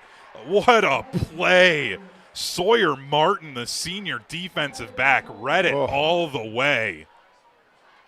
Yeah, it looked like that'd be a running play. It was a pitch. He threw it to him, but he was behind him, so it'd be a run on that one. But to come up and hit him head on, and now he's down. That was a heck of a hit. Sawyer Martin read the play, was able to get around the block or get there before the blockers could get set up for Middleton, and he took a shot on that play after the loss. as he is now down on the field. 4:21 to go in the first half. Middleton leading 14-7 here on Zimbrick Honda's presentation of PrepMania. Middleton got the scoring started with a Patrick Piscini pick six with 11:12 to go in the first quarter. Just undercut and out route, and he had nobody in front of him. 28 yards on that one. It was a defensive back's dream, right? Yep. To empty turf in front of you and a pick six. And then we didn't have any scoring then for the rest of that first quarter, but then as the quarter switched over, Middleton got the ball into the red zone, and they had a 2nd and goal at the 1, and they scored a touchdown after a handoff to the defensive end and sometimes running back Reed Folk for his 2nd score of the season to make it 14-0. And then the Verona Wildcats just moments ago scored on a 92-yard drive. It was a 39-yard touchdown pass to the receiver, Jackson Connor. Sawyer Martin being helped off the field now. We will resume action. 2nd and 14 at the 34 after that loss. 4:21 to go in the first half. And the officials are now ready. Pisaglia, another empty backfield. Brings Jackson into motion, looks to the near side, throws to the right, and that is dropped and incomplete. He had Chase Rogers open, and as soon as the ball got into his hands, you could see his entire head and chest turn to look upfield, but he didn't have possession of the ball yet, and it's incomplete, and a 3rd and long coming up for Middleton. He's a baseball player, he said. Whoa, look at it in my hands. Oops. There. It's amazing. You can tell football players over and over and over again, look the ball in your hands, look the ball in your hands. The second they're out on the field, they forget to look the ball in their hands. It's a dump off for a screen to Jackson on the near side. He just breaks through a couple of tackles. He's able to pick up some nice yardage across the 40 to the 41. The punting unit's going to come out for Middleton. Jason Jennett, 21, came barreling into that pile, made sure it didn't go any farther. That was a pretty good second effort.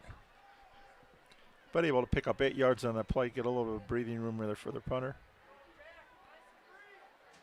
Taryn Jackson will be back to return. And nearly having that punt blocked. This is a high kick bouncing near the 30. And it'll be spotted down at the 32. But we have a flag back by where the returners were. This might be too many men on the field again for Verona. Oh. And I'm wondering, Dennis, now, because we've seen that a couple of times for Verona, they've had a few players get injured and have to be helped off the field, so you don't have necessarily your normal substitution packages and things like that. I'm wondering if that's causing some confusion on that sideline. Next man in, especially if you got a guy going both sides, and you place him on one side and forget about the other side. Mm-hmm.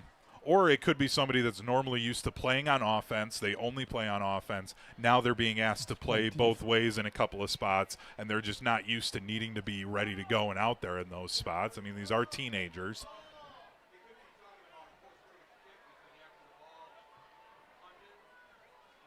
So the officials having a conversation at the 35, trying to figure out exactly what this foul is going to be. Contact there. Yeah, and I was just that was just a hypothesis on my end for what that penalty could be, with the flag being down at the 20.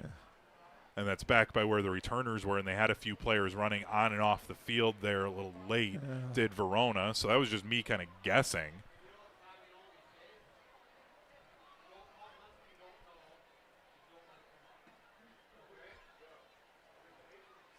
Okay, make the call. And now we're waiting for – well, the officials are having a conversation with Poles and Simon at the 40 to see what they want to do. So I believe this is going to go against Verona. And you got an official on the other side talking to Coach Riley as well. Yep. And it is another substitution penalty on Verona.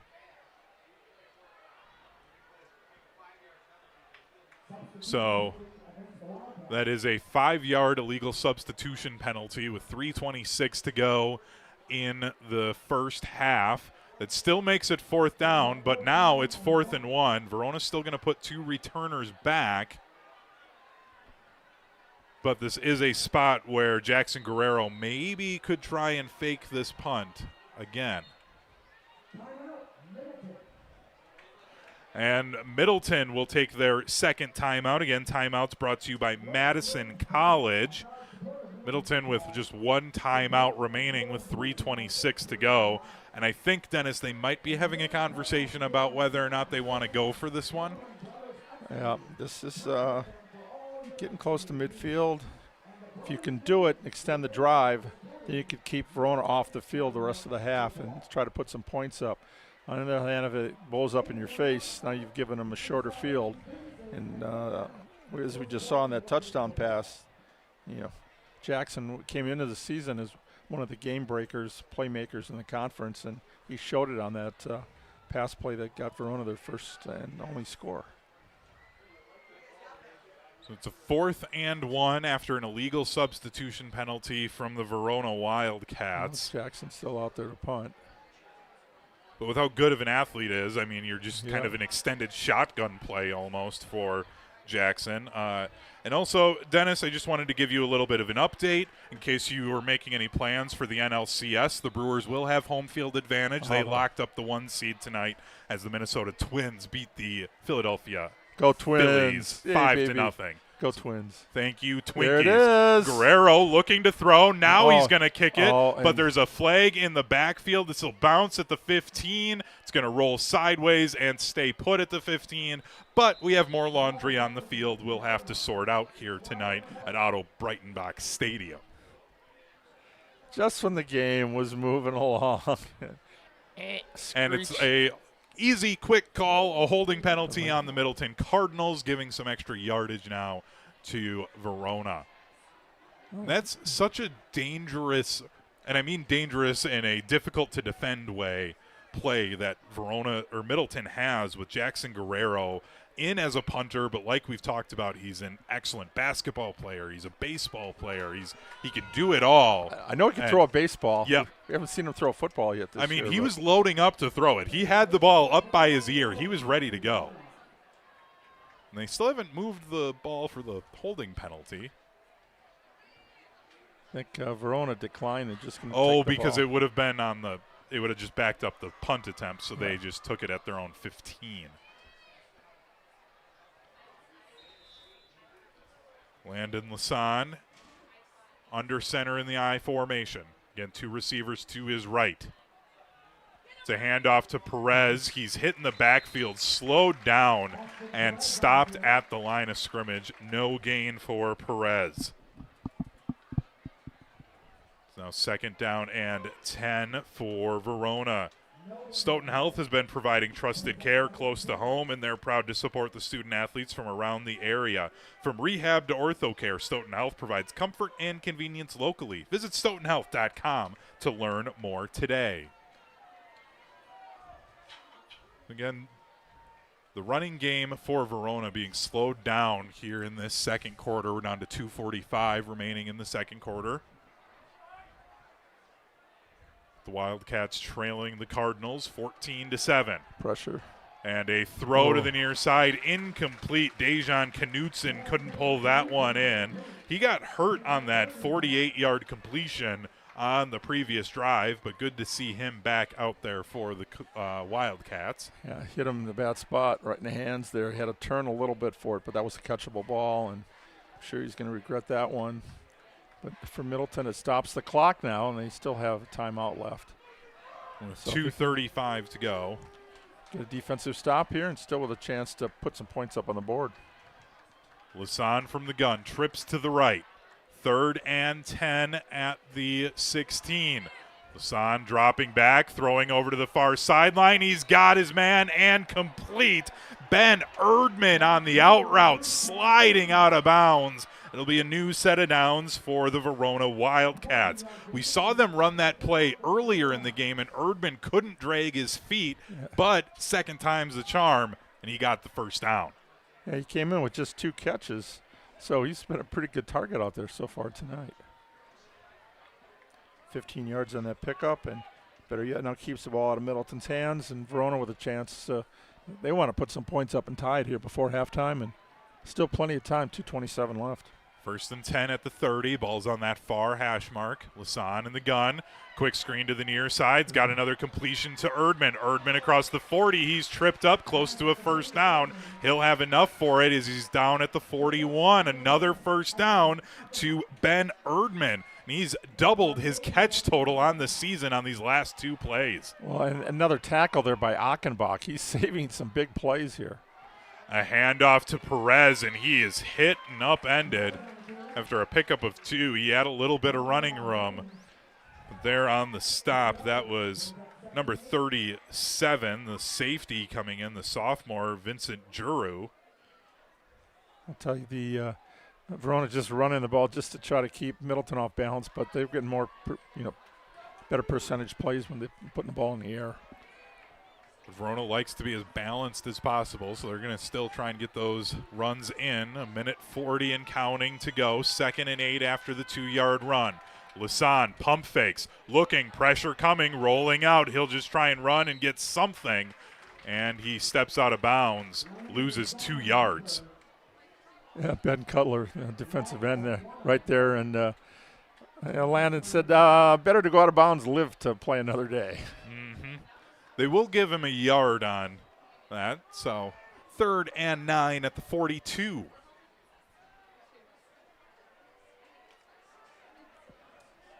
Third and 9 from the 42, 1:33 to go in the half. Verona trails by a touchdown. Lasan's in the gun. The crowd here for Middleton starting to make some noise on this 3rd and long. Lasan dropping back to pass. Steps up in the pocket, throws to the near sideline, has a completion close to the 50. It's to Webking. And that's Jax Webking, the running back, coming out of the backfield. Stepped out of bounds at the 49, picked up 6. It's 4th and short. The offense will stay out on the field for Verona on this 4th and short, 1:26 to go. 4th and 2. We have our first Madison College timeout for the Wildcats as they want to talk this 4th and short over with 1:26 to go. Verona looking to try and tie this game up heading into the locker room. Again, Middleton will get the ball to start the second half, so Verona would love nothing more than to try and get a touchdown here as time expires, so Middleton can't try and answer things back here as they know that the Cardinals will get the ball again to start that second half. Who are you going to here if you're Andrew Riley, Dennis, for Verona? 4th and 2. I'd say you want to get the ball to one of your running backs normally, but quarterback draw? I like the way you think. Maybe go 4 wide, go that QB draw. Yeah. They've been struggling to get positive yardage with the run, so two might be too much to get against that Middleton front 7. I see an out pattern and a pick 6 for a touchdown for Middleton. I was even going to say, Dennis, you mentioned that draw. Maybe it's even something like a read option. See if you can get Lasan doing just something where you can get the running game going a little bit. 4th down and 2 from their own 49 for Verona, who trail by 7 in the first half. Lasan in the pistol, trips to the right. The defensive backs are backing off on this 4th down. He goes a hard count. Lasan brings up his hands again. Pump fakes, breaks away from a tackle across midfield, spun down. He's close to the first down marker, and I think they're going to give it to him, and they will not. Wait, Middleton was celebrating like they got the stop, and then the officials were like, no, it's a first down. So I got confused. Yeah. The Middleton players fooled me there. 1st and 10. That was a Fox counting 1:20. Pick up a 3 yards. That'll be a first down. Yeah. Lasan in the gun. He wants to throw. Looks to the left. Has nobody. Dumps it off to Webking. Webking upended and flipping over inside the 40. Pickup of 9 to the running back, Jax Webking. Offense working quickly. Inside a minute to go. Verona still has 2 timeouts, though. After a pickup of 8, it's 2nd and 2. Lasan stepping up. He'll run with it. He's going to slide down. We might get a flag here, and we will.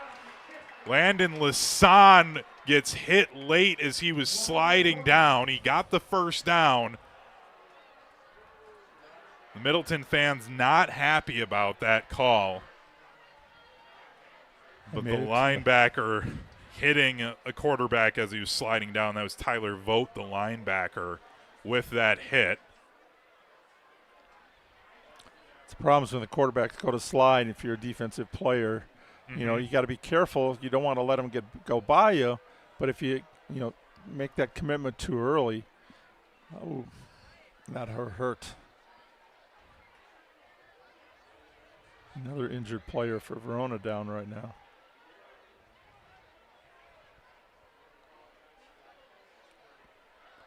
Yeah, so Verona having some injury issues. Momentum definitely in Verona's after that first quarter and that the touchdown run, that long drive for Middleton, they seem to have things going. But then that quick strike touchdown and some stops, and Verona's ready to try to tie it up here before halftime. That big 15-yard penalty. And that is the quarterback, Landon Lasan, who is down, who is hurt on the play. So Emmett Vukabrat, who, again, hadn't seen since week 1 of the season, was warming up on the sideline. He did suit up for the first game since that week 1 game for Verona. The penalty is going to move things all the way up to the 19-yard line with 46 seconds to go and 2 timeouts. Vukabrat coming back in, the junior quarterback, Emmett Vukabrat, his first action since week 1 of the season. 17-30, 230 yards and a touchdown in that loss to Sun Prairie East. Vukabrat from the gun, rolling out, looking to throw, throws on the near sideline. He's Jackson got a man into the end zone. Touchdown, Wildcats. Jackson Connor breaks through 2 tackles, and we're an extra point away from a tied game. Emmett Vukabrat hadn't played since week 1 of the season, his first play since week 1, and he throws a touchdown. You can't make this stuff up, Dennis. Talk about being ready. Emmett, next man in, was the first man. He was the one that won the job over Lasan. Lasan was able to lead Verona to 3 wins in a row, but now Vukabrat's got to come off the bench and be the savior. And the extra point is good. We are tied at 14 all with 33 seconds to go in the first half. Dennis, no lead is safe in a rivalry game in the Big 8. No, I don't care. Typically in rivalry games, you just throw out the records, everything else. Who wants it a little bit more? What's the motivation? Middleton, it's their senior night, their last home game. Verona, it's keeping that streak alive, that conference title streak, the unbeaten conference streak, and bragging rights when you're a few miles apart. Like these guys are. Not as close as Memorial is down the road, but pretty close here in Verona. Yeah, and that unbeaten streak Dennis mentioned, Verona has won 3 consecutive Big 8 titles, and they have won 26 consecutive Big 8 conference games. Head coach Andrew Riley has yet to lose a Big 8 conference game or even to a Big 8 conference team, as they did meet Middleton in the playoffs, and Verona won that game as well. So it's been 4 consecutive wins for the Wildcats against the Middleton Cardinals. 2 big drives. The first one for Connor, a 39-yard pass play, was 92. This was an 11-play, 85-yard drive, capped by a 19-yard touchdown pass. Just 2:53 off the clock. And back at his own 5 is Guerrero on the return. He's hit across the 15 and brought down at the 19. Running 7 seconds off the clock, down to 26 seconds and 1 timeout for Joey Pasaglia. So Dennis, ball is inside the 20, or they'll actually mark it right at the 20. So you're at your own 20. Do you try something here, or do you just try and run the ball, see if you can crack a big play that way, and then if you don't, you just go to the locker room? They went less than a minute, 70-plus yards, in 3 plays against Memorial last year right before halftime. And the big recipient was number 1, Chase Rogers. Pasaglia throwing to Rogers, and that is incomplete. That was honestly a good play for Chase Rogers to drop that pass, stopping the clock with 21 seconds.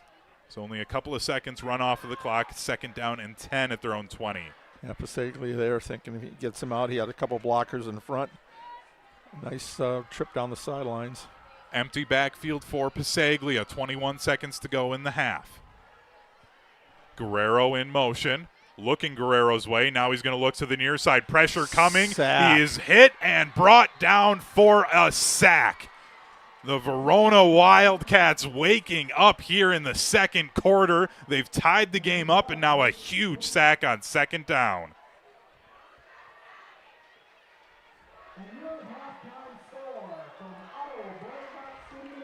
Big point. And that will do it for the first half of action. Sawyer Martin was pumping up the crowd on that far sideline as he was coming off the field. The Verona fans and the Verona Wildcats are feeling it now as they tied this game up late in the half. Nate Coes with a sack. Big-time play right there.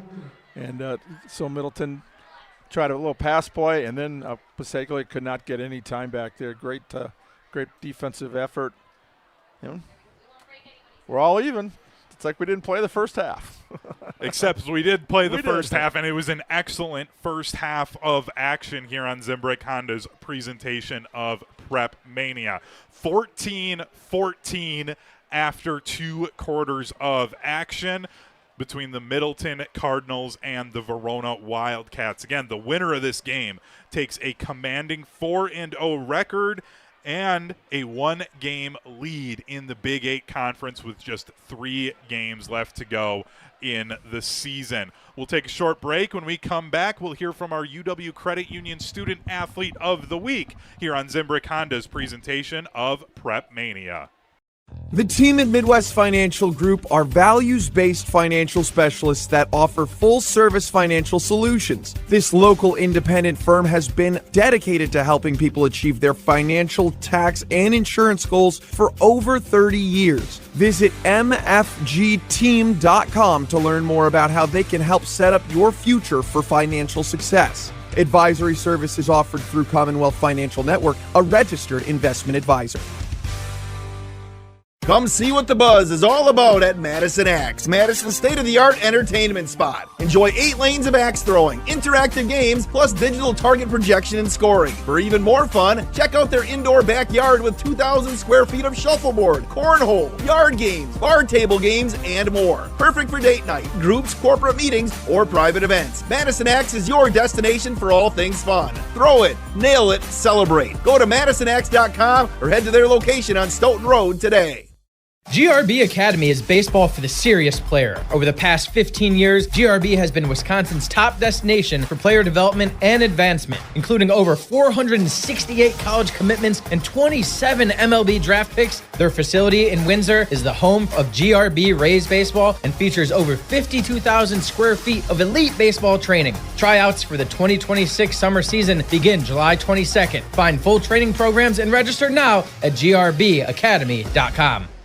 Life's better with American Family Insurance because we know it's not just a car, it also drives your children's dreams. So whether you're going to soccer practice, robotics club, or opening night in the school play, we help protect those dreams. Save up to 23% when you bundle auto and home. American Family Insurance. Get a quote and find an agent at amfam.com. Products not available in every state. Visit amfam.com to learn how discounts may apply to you. American Family Mutual Insurance Company, SI, and its operating company, 6000 American Parkway, Madison, Wisconsin.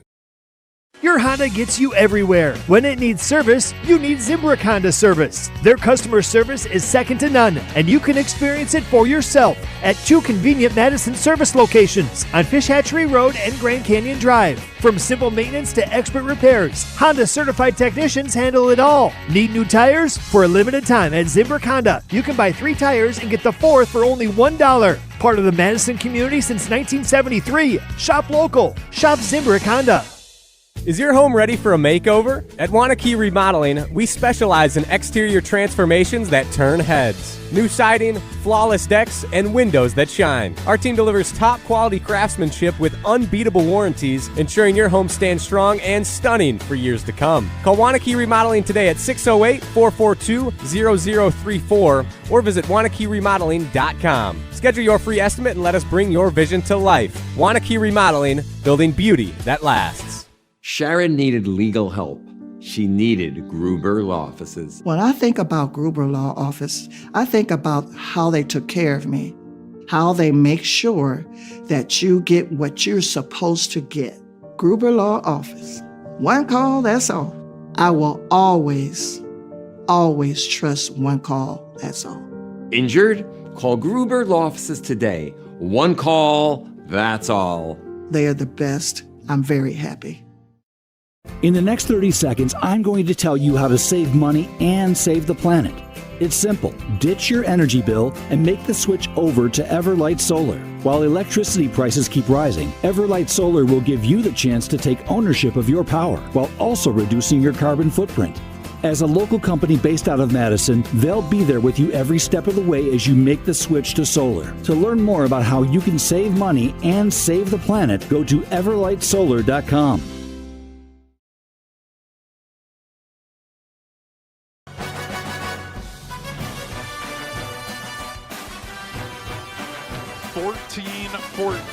Our score after one half of action here on Zimbrick Honda's presentation of PrepMania. Zimbrick Honda's been a proud part of the Madison community since 1973. They're your one-stop shop for over 250 new Hondas to choose from. Whether you're looking for a sedan, SUV, or truck, their selection of new vehicles is second to none. Browse their car selection online at ZimbrickHonda.com. Shop local, shop Zimbrick Honda. Again, 14-14 our score here at the half. Again, the winner takes a 4-0 record and a one-game lead in the Big 8 Conference. It's now time to hear from our UW Credit Union Student Athlete of the Week. This week, the Dean sat down with McCoy Smith of Wanakee High School. Our ESPN Madison UW Credit Union Student Athlete of the Week, McCoy Smith, Wanakee High School. Welcome. Thank you. Three-sport athlete. You did track for a couple of years. Yeah. And you're a state wrestler. Yep. And in football, you got to go to the Cole Center twice and Camp Randall. That's got to be pretty awesome for a high school student. Yeah, it was definitely a lot of fun. Like, you know, you look up at Camp Randall, you look up on like the third deck and you see all your family up there and everything. And like the big stadium, if something happens, really cool because like the whole crowd will get into it and definitely a lot of fun. You're being recruited, looking to play college, and you find out the Badgers have camp and they want you to play fullback. Yeah. You've never done fullback before. How do you prepare for something like that? How did it work for you? I really had no idea what was going to be going on going in, but I had I had my head coach, Coach Graver, and some other coaches. They came out to the field, they helped me out, like showed me how to get in a fullback stance, just so I knew a little bit of what I was supposed to do, and then kind of winged it, and it went well. Other activities you're involved in, a lot in school. Yeah. So we got NHS, DECA, FC, or I should say, Fellowship. Fellowship Christian Athletes, and then just like clubs like that, pretty much. You've done some youth coaching too? Yeah. So we had like passing league and kind of anything to help out the kids, and then sometimes like I know my girlfriend's little brother's in the program, so I've went out here a few times with him, give him a few pointers and stuff. Yeah, I'm sure those guys look up, oh, wow, this is a high school guy, and Friday nights. What was it like when you were growing up here? Did you have a guy that you kind of emulated, or did you watch the games, or were you just kind of like running around playing football behind the bleachers? A little bit of both. I mean, there's definitely some names that'll stick with me, for sure. I mean, it was definitely cool. Like you see, and then you'd like see them walking around town sometimes, and it's kind of cool just to see them. At least when I was young, because like those were like my heroes or whatever at the time. When you look back in your time here at Wanakee, you still got your senior year, but what do you think you remember most about the school, the community? I'll definitely just remember like about the school and the community. I mean, the one thing I'll take with me is walking out on a game day. I know it's not as much to do with the school, but you walk out and you have the whole town backing you, and just like that feeling of everyone here to support you, walking out on Warrior Stadium. And then also, like, something I'll take with me from the school is how nice everybody is, and like the teachers and that kind of thing. So Warrior for life? Yeah, pretty much. All right. Well, our ESPN Madison UW Credit Union Student Athlete of the Week, McCoy Smith, Wanakee High School. McCoy, have a great senior year. Thank you. Again, that was our UW Credit Union Student Athlete of the Week, McCoy Smith from Wanakee High School. We'll take another break, and when we return, we'll hear from the Dean again as he's currently tabulating our first half stats, and we'll get his thoughts on the first half of action. Verona and Middleton tied at 14 apiece. Pizza Hut is introducing their new handcrafted personal flats pizzas. Enjoy bold recipes like Nashville Hot Chicken, Pepperoni Duo, 3-Cheese Ultimate, and Chicken Bacon Ranch. $5 each all day. Order online at pizzahut.com. Pizza Hut, the official pizza of PrepMania. No one out-pizzas the Hut. We'll hear from the Dean and get the first half stats when we come back on Zimbrick Honda's presentation of PrepMania on ESPN Madison. When you or a loved one are faced with an unexpected injury or illness, Stoughton Health's urgent care is there for you. Stoughton Health has 4 convenient urgent care locations for the care you need without the wait. We have urgent care locations in Stoughton, Oregon, McFarland, and Cottage Grove with extended hours to fit your schedule. Stoughton Health accepts over 160 insurances, including Dean Health Plan, Quartz, Humana, and more. Please visit stoughtonhealth.com for more information. Stoughton Health, creating excellence together. We shopped at Chalmers because my husband wanted to get me a larger diamond in my engagement ring. The folks at Chalmers said, well, you know, we could just make it like this and we could do these things. Really just basically decided that there wasn't any place else we wanted to shop. But not only did they create this new engagement ring for me with this gorgeous center stone, they also rehabbed this other ring, and I am beyond pleased. Her favorite thing to do now is to walk around and show her hands and have people comment on it. Hi, I'm attorney David Gruber.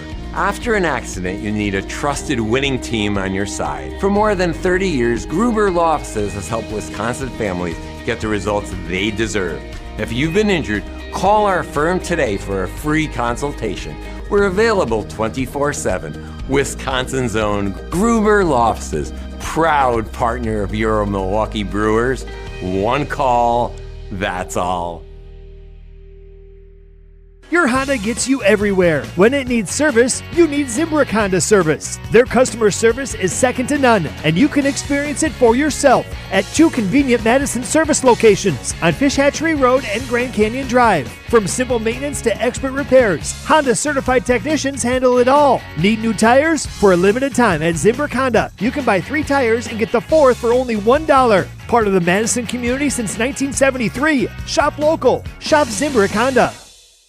The team at Midwest Financial Group are values-based financial specialists that offer full-service financial solutions. This local independent firm has been dedicated to helping people achieve their financial, tax, and insurance goals for over 30 years. Visit mfgteam.com to learn more about how they can help set up your future for financial success. Advisory services offered through Commonwealth Financial Network, a registered investment advisor. Come see what the buzz is all about at Madison Axe, Madison's state-of-the-art entertainment spot. Enjoy 8 lanes of axe throwing, interactive games, plus digital target projection and scoring. For even more fun, check out their indoor backyard with 2,000 square feet of shuffleboard, cornhole, yard games, bar table games, and more. Perfect for date night, groups, corporate meetings, or private events. Madison Axe is your destination for all things fun. Throw it, nail it, celebrate. Go to MadisonAxe.com or head to their location on Stoughton Road today.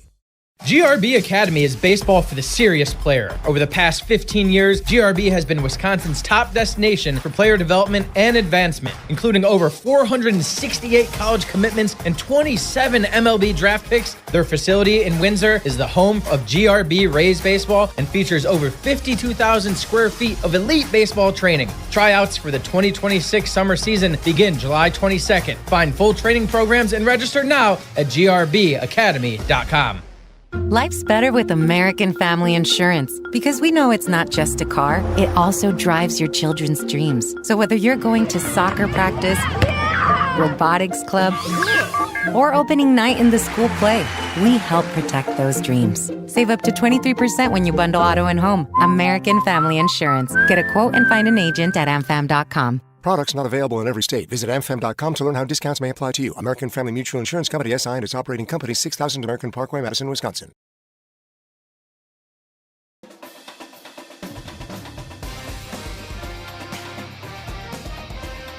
(14-14) is our score here at halftime on Zimbrick Honda's presentation of PrepMania. I'm Hunter Vaughn. With me, the Dean of Area High School Sports, Dennis Sumrow. Dennis, let's start with some of the first half stats as you did all of the mathing there and the more complicated math than I could ever do. Well, Verona, you look at the scoreboard, 14-14. Verona has a 207 and 98-yard edge right now. It was one big drive for Middleton, and they had 16 plays, 93 yards, but they ended up with a couple of punts and then a sack at the end of the first half. So Verona got its defense righted. For Middleton, Joey Pasaglia is 6-9 for 60 yards, and E.J. Jackson has got 2 catches for 39 to lead them. Rushing, Middleton 5 for 19 for Pasaglia. He's the leading rusher in the first half. So Verona shut down the run game and pretty much switched the momentum. And then you look on the other side, four players doing some damage. Jackson Connor, 3 catches, 62 yards, 2 touchdowns. Dejan Knutson has 2 catches for 55. Webking 2 for 15, and Erdman 2 for 26. So 9 of 14, 158 yards passing in that first half combined for the 2 quarterbacks. And they haven't been able to run the ball much either, 49 yards. So 6 carries, 24 yards for Webking is the leading rusher.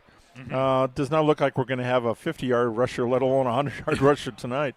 Both defenses risen up to the occasion. Middleton able to take advantage of that interception return for 7 of their points.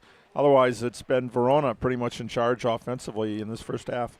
Well, and the defensive playmaking is what this rivalry game has really come to define. I know we had that a few years ago. Middleton beats Verona 30-0, but last year it was a 21-7 win for Verona, and they held Middleton to negative 18 yards on the ground. And that included an second half opening kickoff return for a touchdown by Poteet. Yep. So 14-7 for the offenses in that game. Yeah, exactly. This is usually a defensive battle, and we've already got 28 points through this first half. Are you dreaming of transforming your home into a space you've always wanted? Well, Wanakee Remodeling makes it happen, and their expert team is there to bring your vision to life. They're local, reliable, and dedicated to quality craftsmanship. Schedule a free consultation today at WanakeeRemodeling.com.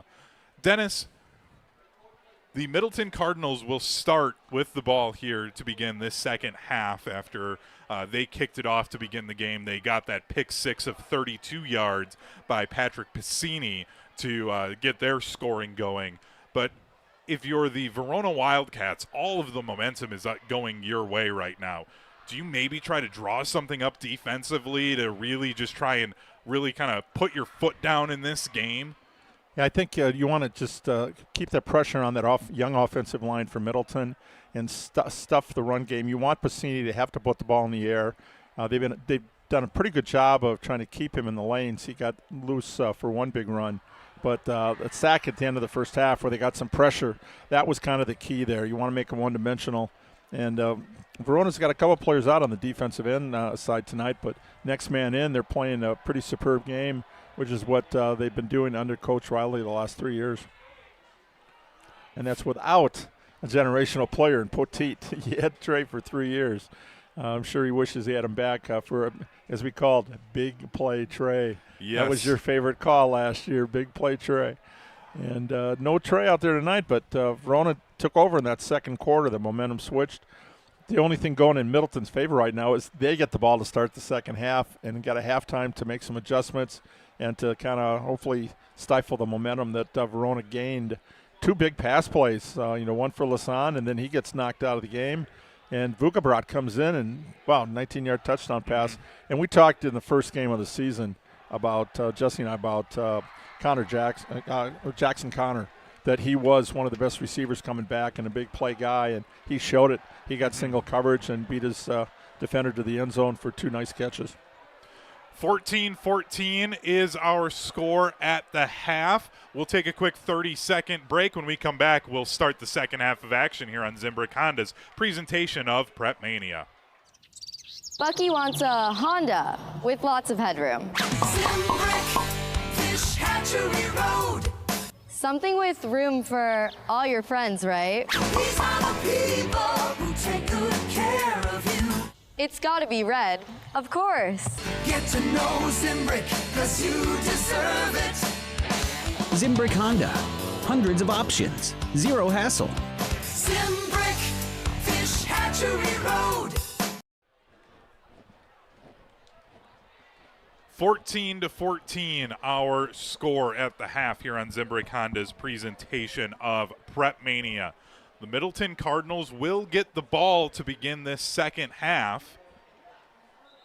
As the senior quarterback, Joey Pasaglia, will be the one leading the offense for the Cardinals.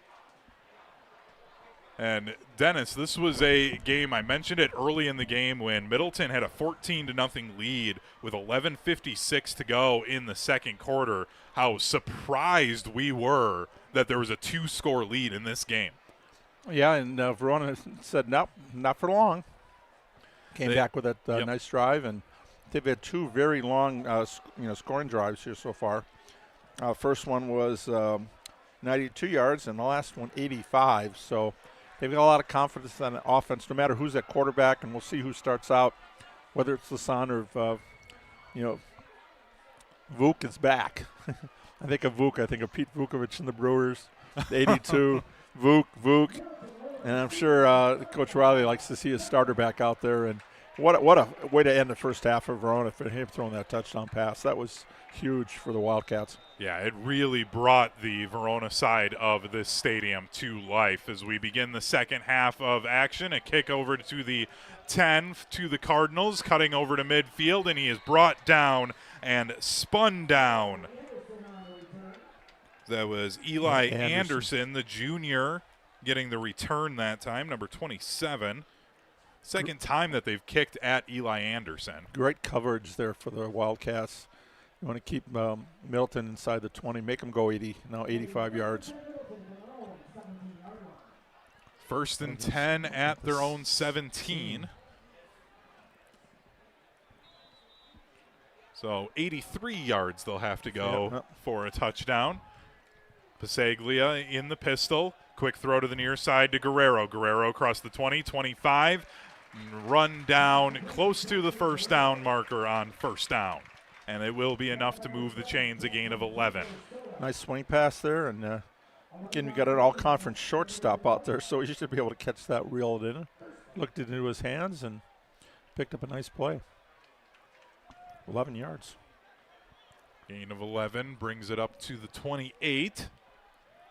This time a handoff up the middle to Elijah Jackson, spinning off the first line of defenders. That's Reed Falk, actually, 0. Yep. Oh, that was 0. Yeah. I got the 0 and the 6 confused. And that's a surprise. So, the first carry the second half. Reed Falk was somebody we expected to see him inside the 5-yard line on some carries. We saw that in the first half of action, but he is out there at running back. Picked up 9 in that play. 2nd and 1. Falk staying in at running back. Pasaglia hands it off to Falk to the right side now. He cuts as he is met by a defender in the backfield. It's going to be no gain on second down. Kind of hesitated there. I think if he would have tried to string it out, he might have been able to pick up first down, but tried to cut back, and that allowed the Verona defense to swarm and keep him from getting anything. Actually, might have lost about a half yard. And that can be the danger. You put a guy that's really a defensive end, an edge rusher, out there at running back. I know they're high schoolers. He's played running back in the past, but they don't necessarily know all those intricacies of what angles to take. He grew up wanting to be a running back, Coach told me, so he loves being back there now. He gets to hit some guys. Play action, quick throw to the far side. That's enough for the first down. Chase Rogers reels that in. The senior wide receiver with another grab and a first down. That's the safety blanket. When in doubt, throw it to Rogers and their baseball teammates. Rogers played on the American Legion team that won the state title this summer, along with Pasaglia. Offense going quickly. Pasaglia wanted to throw deep. Instead, he'll run with it, sliding down. A great baseball slide to the 44. That's where he began his slide. So, again, they mark it at the beginning, not at the end. Safe. 4-yard gain. First thing as a quarterback, you better learn how to slide. You don't want to take those shots head on, and Joey knows he's a smart guy out there. Oh, nice pass. And a quick throw to Rogers on the near side. He's got it at the 45 midfield, the other 45, and pushing through defenders inside the 45. It's another first down for the Cardinals. His go-to guy. Now you got to be careful. Make sure you don't telegraph that. And let the defense cheat and get a pick six out of you there. But yeah. nice moves there. A couple of nice jukes. Got extra yardage. And they've been putting Sawyer Martin out there on Chase Rogers, and Martin had a great play in the first half of getting inside on a quick throw. It's another handoff to Folk up the middle. Coming into tonight, Folk had 8 carries on the entire season for 69 yards and a touchdown. He's already got a touchdown, and I believe this is his, 4th carry now? Yep. Actually, in the first half, what did he end up with? The only just carry in the the first half was the 1-yard touchdown and run. he's had 3 here in this second half. Second down and long. Quick throw to Folk on the near side. The 40, he's got a blocker in front and tiptoeing down the sideline, but he stumbles out of bounds inside the 30. Down to the 29, and it's another 1st and 10 for the Cardinals. They're just going chunk play after chunk play on this Wildcats defense to begin this second half. Falk and Rogers, and last time they split Jackson outright, so he's, running back, receiver. He's also someone to keep an eye on here. 11 yards on that pickup. Pasaglia from the pistol again to Rogers. Breaks the first tackle, can't get past the second one. It's a pickup of 3. Ooh, that was close to maybe getting tipped or picked there. But, Dennis, the other side for the Middleton fans there, you're seeing the DBs start to cheat up on that throw, so we could get a pump fake and somebody going over the top on it here a little later. After the gain of 2, it's 2nd and 8 at the 27, 8:39 to go. Play action, rollout Pasaglia. Throws, he's got an open man, and it's incomplete. Chase Rogers lets that ball go through his hands. Nice double team block over the right side. Jackson Hodges, the one returning lineman from last year's starting lineup. A nice seal block there, gave Pasaglia plenty of time, and that was a big play. But you got to look in your hands. Unfortunately, falls incomplete now, 3rd and 8. 3rd and 8 at the 27. For Middleton. Trips to the left, single receiver to the right. The defensive end and now running back Falk in the backfield. Pump fake, throwing deep to the end zone, and that's going to be too far, and they'll throw a flag. We're going to have a pass interference on the defense, and this is going to be a fresh set of downs for Middleton. Going for Jackson Guerrero, but I think that might have been out of reach. That was an uncatchable pass, and that's what Coach Riley will be upset about. That's going to keep the drive alive for Middleton after Verona thought they got a 3rd down stop. He's going to give Middleton a first down. Now, is it to half the distance? 13-yard line. Yep. Inside the 30, half the distance. So that ends up being a 14-yard penalty. The 1st and 10 at the 14. 8:25 to go, tied at 14. This is the first drive of the half for the Middleton Cardinals. Chase Rogers, the lone receiver at the top of the formation. Guerrero and Jackson, the two receivers to the near side. Handoff to Falk, and he is hit in the backfield. And then a clouder of Wildcats meets him and stops him for a loss on the play. You've been waiting for that, a clouder. I have. That is what a group of cats is called, Dennis. You got to say with authority, a clouder. A clouder. Awesome. Are you having fun yet? I am. I love high school football, love rivalry games. Saturday night high school football, even better. The Brewers lock up the one seed today. It's a great day. What a day. The Badgers couldn't let me down. It's awesome. They were off. They still couldn't let me down. 2nd and 13, 7:38 to go in the third quarter. Pasaglia, pressure coming, and he's brought down for a sack.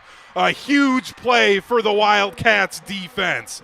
Jackson, Gensler, Soda was there for the sack. This moves it all the way back to the 30-yard line. Oh, that's a big play. 13-yard loss on that play. 3rd and 27 now. That's a long way to go. And they could have taken him out of field goal range. Kicker, Luke Sheehan's 2 for 4. He's made a 35-yarder. That's his longest this year. They would have to get to the 18 to match his long of the season of 35 yards. 3rd down and 26 at the 30. Pasaglia, empty backfield, brings Guerrero into motion. Pasaglia looking to throw, dancing around, pressure coming, rolling backwards, still looking, and he dumps it off to Guerrero. Guerrero's inside the 20. He's got running room, breaks a tackle at the 15, still going down to the 10-yard line. And a flag comes in late. And then another one as an official throws his hat. So Jackson Guerrero just making guys miss. Looked like Barry Sanders running away from defenders that time. We have an injured Wildcat on the play. It was a huge play. Put him back in field goal range at the worst. Yeah. We'll see what the call is. Yeah. Guerrero getting it down to the 10-yard line, which would have put them into field goal range. I have a feeling these flags are going to be going against Middleton, as the official that threw the flag, then once they throw a flag, a second one would be throwing their hat, which is what he did. Appropriate laundry night Saturday. What do you think? We've seen a lot of laundry out here tonight. The injured player for Verona is now sitting up. And head coach Andrew Riley for Verona talking to his players, so we may see this could be even a flag where it's a retaliation on somebody on Verona as well, which was what the second flag could have been as well. The Verona player Mickey McCoy, the middle linebacker, the senior, walking off the field under his own power. And now the officials having a conversation with Joe Poles, the co-head coach of the Middleton Cardinals, as we try to sort this out.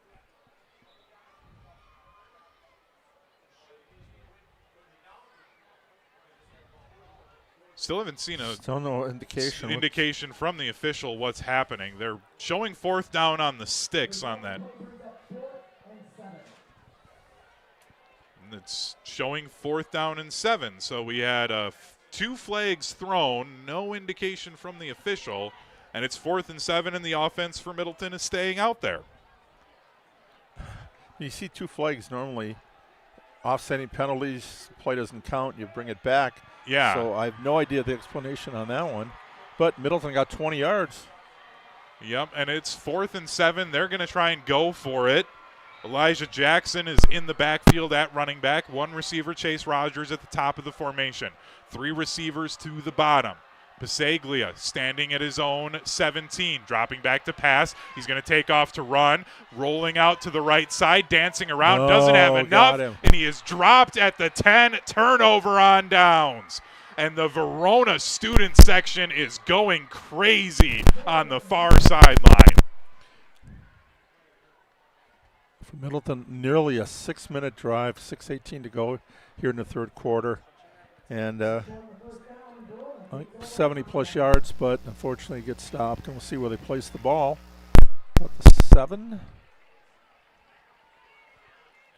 Come on, drop the puck, boys. I'm waiting to see your word. Yep, and it'll be a 1st and 10 at the 10. At the 10. Yep, it is the 10. So I end up with no gain on that play. 1st and 10 at the 10, 6:18 to go in the third quarter of this rivalry game between the Middleton Cardinals and the Verona Wildcats. First down handoff, dancing around from defenders is Perez, and he is spun down across the 15 to the 17. Austin Perez doing a good job of getting away from what could have been a loss of yards with a defensive end in his face right away. Quickly back up to the line are the Wildcats. They go with a hard count.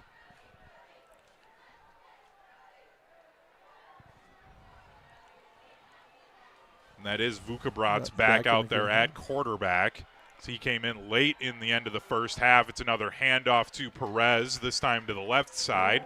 He picks up 1 after he gained 7 on first down.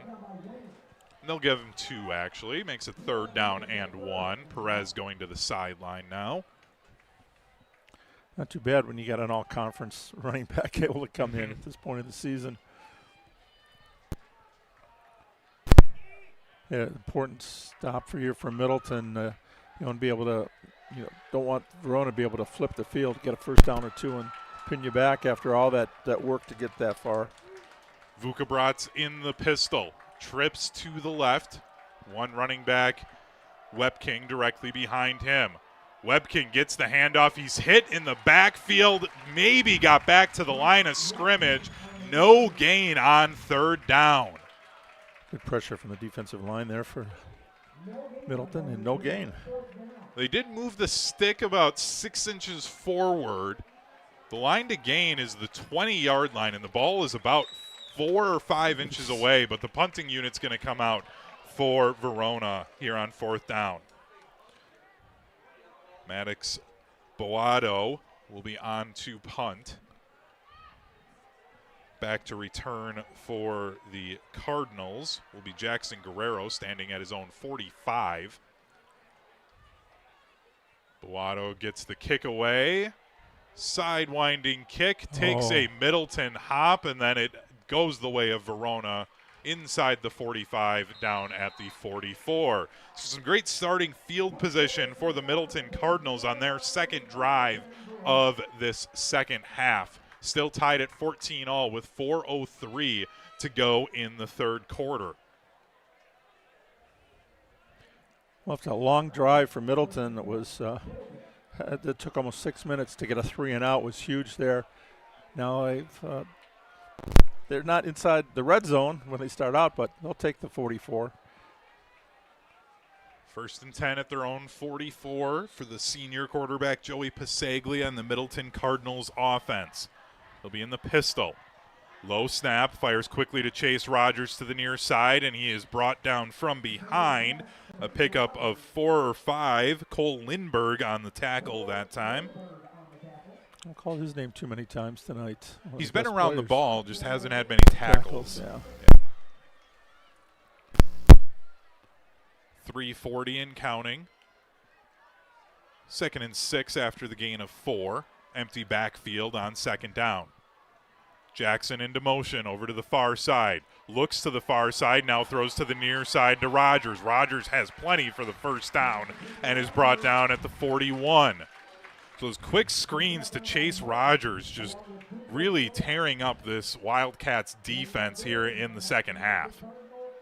Yeah, Braden Booth, the left tackle out there, helping run interference there for Rogers. Middleton will go with a 3-receiver set on 1st and 10 at the 41. It's a give up the middle to Jackson, dancing around and stopped at the 36.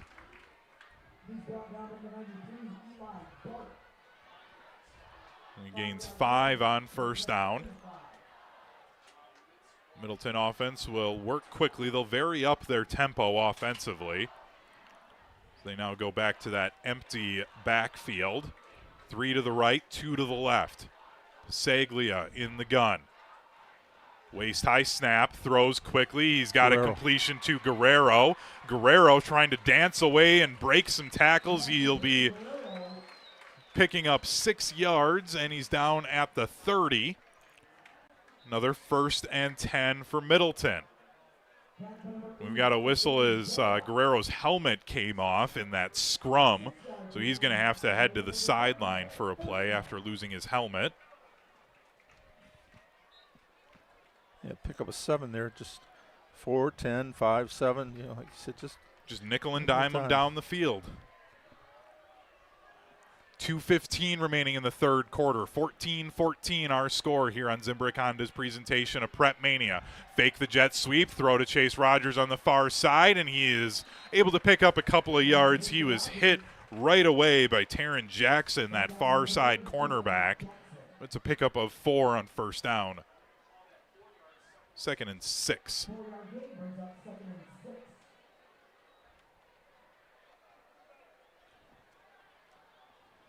Another empty set as the Cardinals, again, just nickel and dime their way down the field so far in this second half. It's another quick throw to the far side to Rogers. That one is just a bit outside. 5 catches for 26 yards here in the second half. It's as good as a run game. Just little short passes to Rogers on the outside.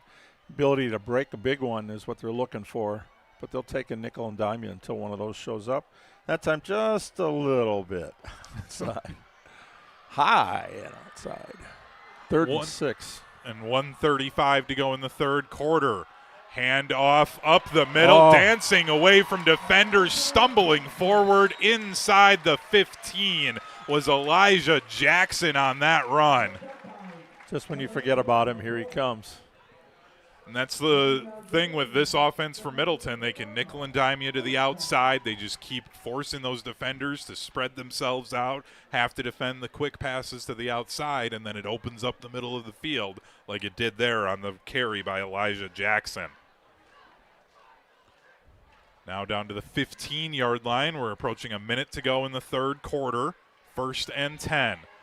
Pasaglia in the pistol. 2 receivers to his right, single receiver to the left. Brings the tight end into motion from the right side over to the left. Low snap, handoff to Falk. Falk's got running room over to that left side. He's inside the 10 and down to the 5.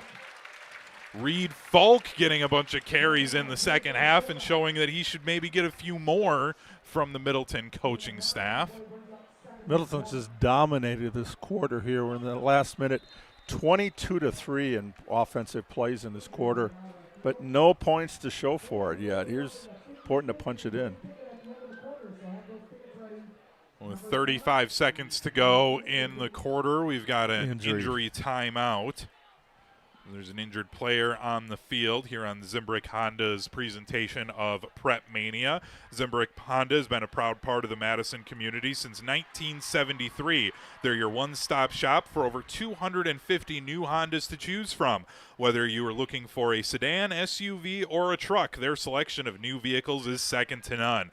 Browse their car selection online at ZimbrickHonda.com. Shop local. Shop Zimbrick Honda. 22 plays, 123 yards to 3 plays for 9 yards. That's where stats don't mean a thing. Other than, as long as you got the ball, they don't have it, right? That's kind of the philosophy for the Cardinals right now. But you got to get some points here. This could come down to a field goal. I don't know. You try to take 3, at least get some points on the board here. But I'm sure they want to be able to punch it in. He got close, so it's a 2nd and 1 here. But you see what Falk adds to the offense here with his power style.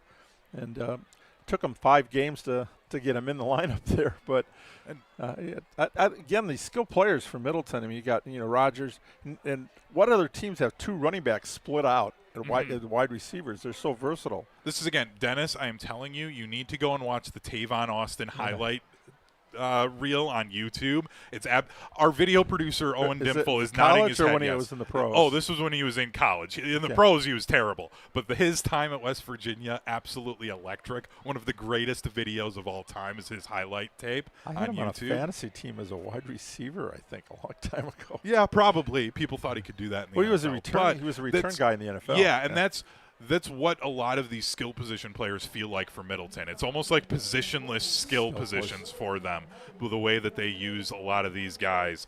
And it makes it really difficult to defend. I was going to ask you here, Dennis, as we have still an injured player on the field. It looks like maybe some cramping going on for a Verona player. 2nd down and 1, line of scrimmage is at the 6-yard line. It feels like for the offensive coordinator and co-head coach, Joe Poles, for the Middleton Cardinals, this is a kind of a spot where you've got 3 plays to try and get a first down here. Yeah, I think he's looking at his son as a center and goes, give me a block. Give me a yard. And to Falk, get it done. I mean, that's the guy. You don't want to get fancy here. This is where sometimes it drives me nuts. Is guys will line up in the shotgun, or they'll try to reverse, or they'll try something.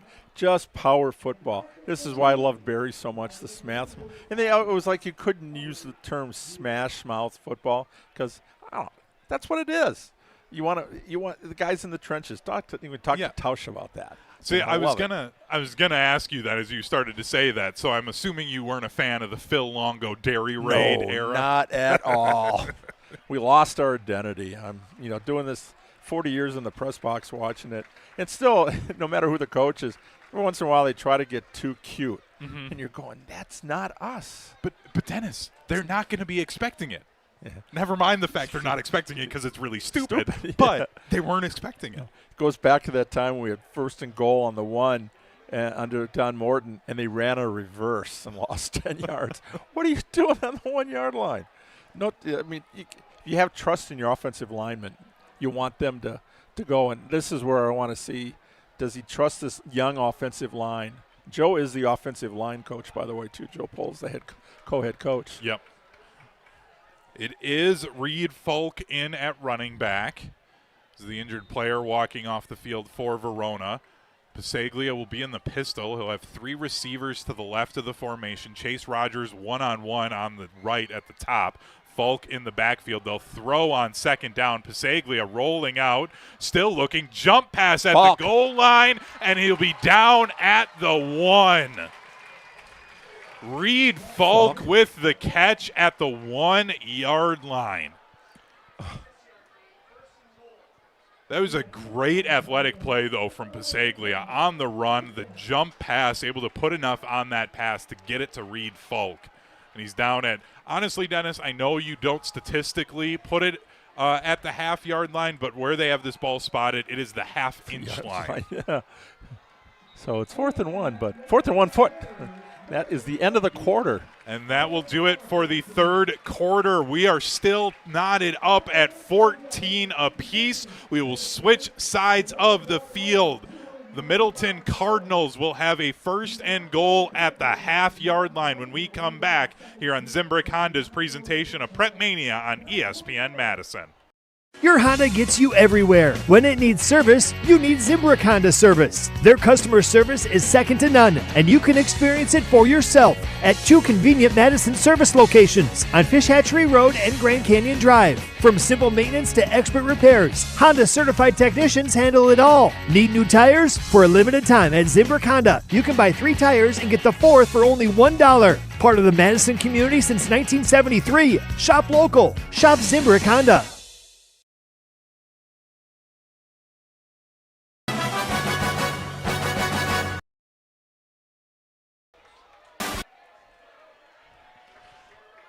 The 4th quarter of action is moments away. We're tied at 14 apiece in this rivalry game between the Middleton Cardinals and the Verona Wildcats. Verona trying to get their 27th consecutive Big 8 conference victory, but they're going to have to defend a 1st and goal at the 1. This is playoff football. This is why you want games like this later in the season, why I hate seeing rivalry games like when DeForest and Wanakee had to play non-conference, or Oregon or Stoughton or whatever. This is gets you ready for a playoff run. They're going with their power formation with a 2 tight end set with Sheehan and Parks in. Biseglia is going to be in the pistol, and now he walks up to the line. Biseglia under center, pushing forward. He stood up, no whistle yet. And is he in? No call. Still waiting. There it is. Touchdown, Middleton Cardinals. To begin the fourth quarter of action, Middleton takes the 6-point lead. Yeah, just like the first time around, Reed Falk with a 1-yard run to open the second quarter. Open quarter number 4. Biseglia says, I want the ball. Winners want the ball. Coach, let me have it. I'll get it for you, and he did. The Middleton Cardinals take a 20-14 lead.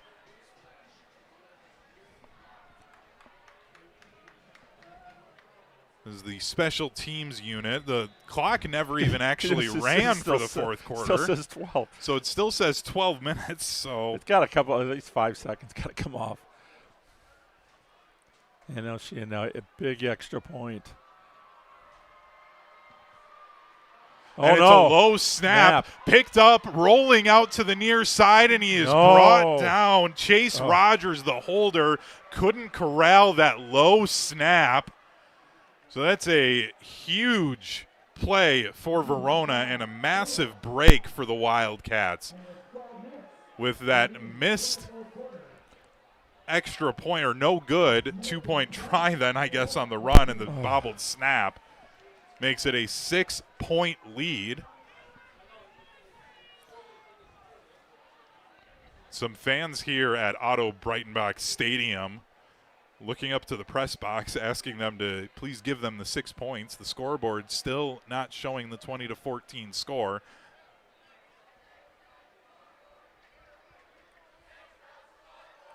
And fix the scoreboard. And chance of fix the scoreboard coming from the Middleton student section. A response then we heard coming from the scoreboard operators that it's not working. It's not working. Yeah, see how many seconds they take off on that play. It's not working.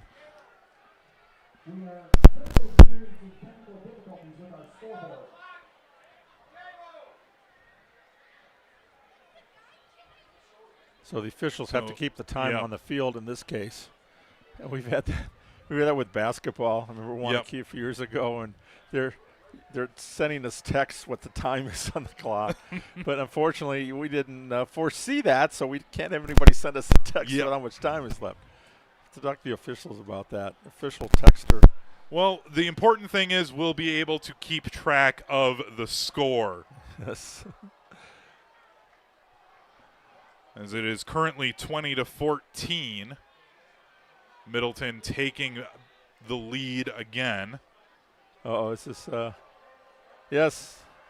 Brad Crandall, athletic director, comes us racing up the bleacher steps here. Yep, that's the joy of being the athletic director, having to sprint through the stadium to try and fix things. Oh, out of bounds. And a kick out of bounds. So a break for Verona as they try to answer. And if they can get a touchdown here, Dennis, and then that extra point, they would be able to take a 1-point lead. They have yet to lead in this game. And again, Verona trying to continue what is currently a 26-game Big 8 winning streak. They have won the conference 3 consecutive years. And if Middleton can get the win here, that gives them a 4-0 record, 3 games left to go in the season, and a 1-game lead on Verona. Ball comes out to the 35 with it going out of bounds. So great start for field position here for Verona.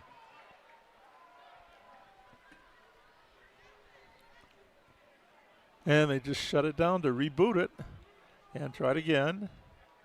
Yeah, and the officials now, they're huddling together at the 30, I would guess, to try and kind of sync up and figure out, okay, this is how we're going to keep track of the time. Because I would guess this isn't something that regularly happens for them. No. The officials get together beforehand. They talk during the week. They always go over contingencies. Talked to a friend of mine this week, and it's they got regular jobs, but they take this seriously. So, and we're a black screen now. So yep, they're working to get we're going back to the old but days. It is a 20-14 lead for Middleton after they got that touchdown. Vukabrats throwing it deep, and it is going to be dropped, nearly intercepted. Patrick Piscini had a pick six to begin the game, got hurt. We really hadn't seen him much, and then he was able to get a hand in, nearly intercepting it on a jump ball against Dejan Knutson. That was big. The single man coverage, he got the inside on him and was able to come up with a key breakup. And for Piscini, came in leading the team with 13 breakups. That's his second one tonight. So doing his job, plus the pick six to get him on the scoreboard in the first quarter. 2nd and 10 after the incompletion. Vukabrats under center. Receiver to each side of the formation with an I formation. Play action. He's got pressure coming. Steps up into the pocket. Vukabrats rolling out, throwing on the run. We've got a flag on this near sideline. It was incomplete as he just threw that ball away. Middleton players signaling that this is going to go against Verona. Got a hold here on the back end, trying to protect Vukabrat. And it's an ineligible man downfield, so one of the linemen got a little too far upfield. Yeah, that's what happens. The quarterback's got to scramble going basically sideline to sideline, and things are going to happen like that. But they're going to. Oh. So no scoreboard yet, so declined it, so it's 3rd down. Yep, declining the penalty. 3rd and 10. Vukabrat's in the gun. 2 receivers on the left. Play action. Vukabrat's throwing. He's got a completion near midfield. Breaking a tackle, pulling a defender with him into Middleton territory. Jackson Connor, the senior receiver, getting him a 1st down. Jackson Connor coming up with some big plays for this Wildcats offense tonight. Yeah, he came into first half. He had 3 catches, 62 yards, including 39-yard touchdown. And a 19-yard touchdown. 20 yards on that pickup. 1st and 10 at the 45. Vukabrat's in the pistol. He'll hand it off to Webking, and Webking is hit hard after he got past the line of scrimmage. The senior Tyler Vogt with the big hit that time. It was like running into a brick wall there. Pick up a 2. Could have been a lot bigger for Webking, but Vogt made sure he didn't get any farther. Pickup of 2 makes it 2nd and 8.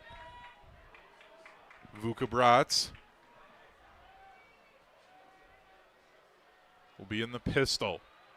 4 receivers on 2nd down after that 2-yard run to Jax Webking.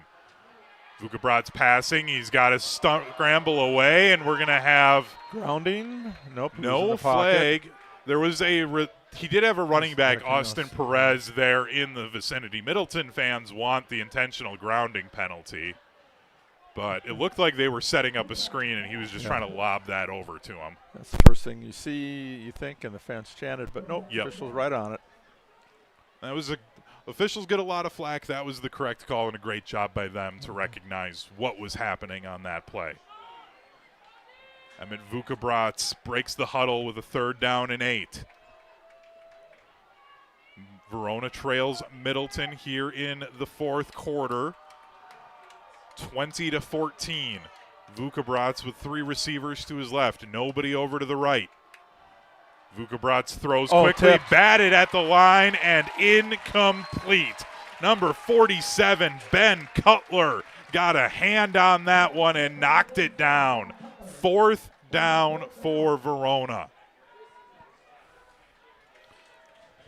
And the offense will stay out there trailing by 6. Again, scoreboard is down here at Otto Breitenbach Stadium, so we don't know how much time is left. Yep, they're going for it again with the way Middleton has grounded out a couple of times. 3 long drives. 4th and 8. Vukobrats in the gun. Trailing by 6. Vukobrats looking to throw, firing over to the far sideline. It's intercepted.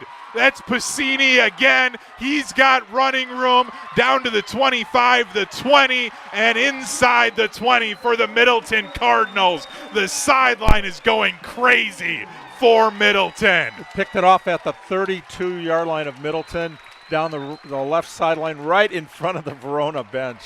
How frustrating is that for the Wildcats? Patrick Piscini opened up the scoring with a pick 6 tonight, and he got his 2nd interception, his 3rd interception of the season, and it's a 1st and 10 at the 18 for Middleton. It is the 18. That'll be a 50-yard return on the interception. Though earlier in the game, we verified at halftime was a 32-yarder for the touchdown in the first quarter. Piscini, our defensive star so far tonight, and we're looking at a leading candidate right now for the Pizza Hut Player of the Game. Yeah, that was one I was wondering who we were going to. Love to give it to a lineman and a defensive player, right? Exactly. That's the way that usually when Dennis and I do these games, I know Jesse Nelson and Riley Yauk, they're lame. They go with the skill positions, the quarterbacks. They go with the guys that everybody expects.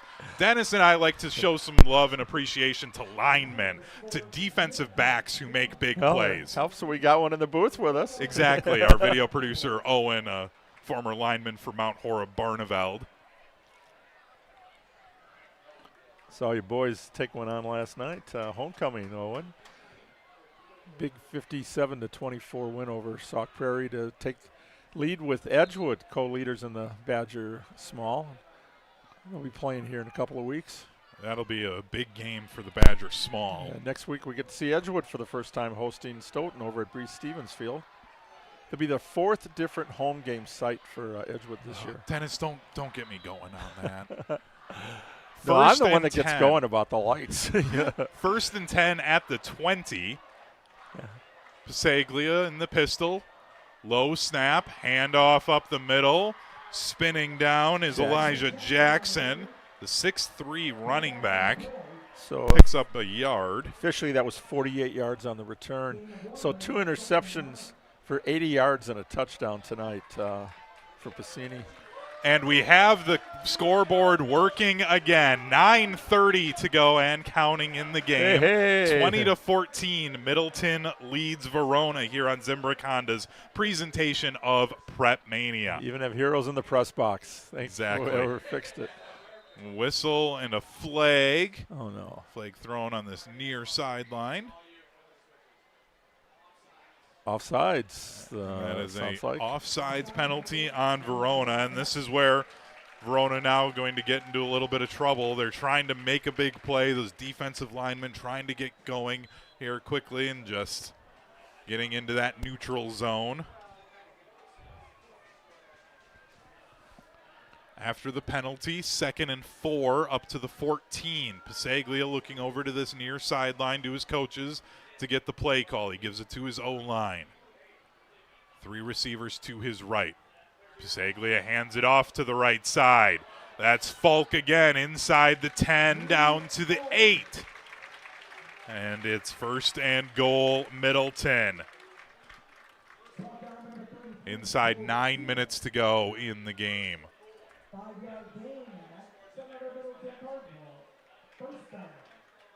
And Middleton had a 2-score lead early in the second quarter of this game. Verona answered back with 2 long drives to tie it at 14 at the half.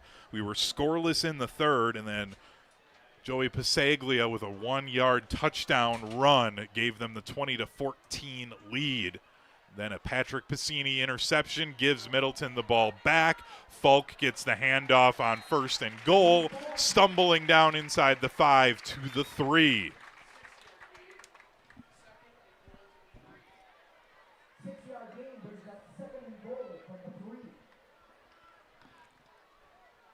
Second and goal for Middleton.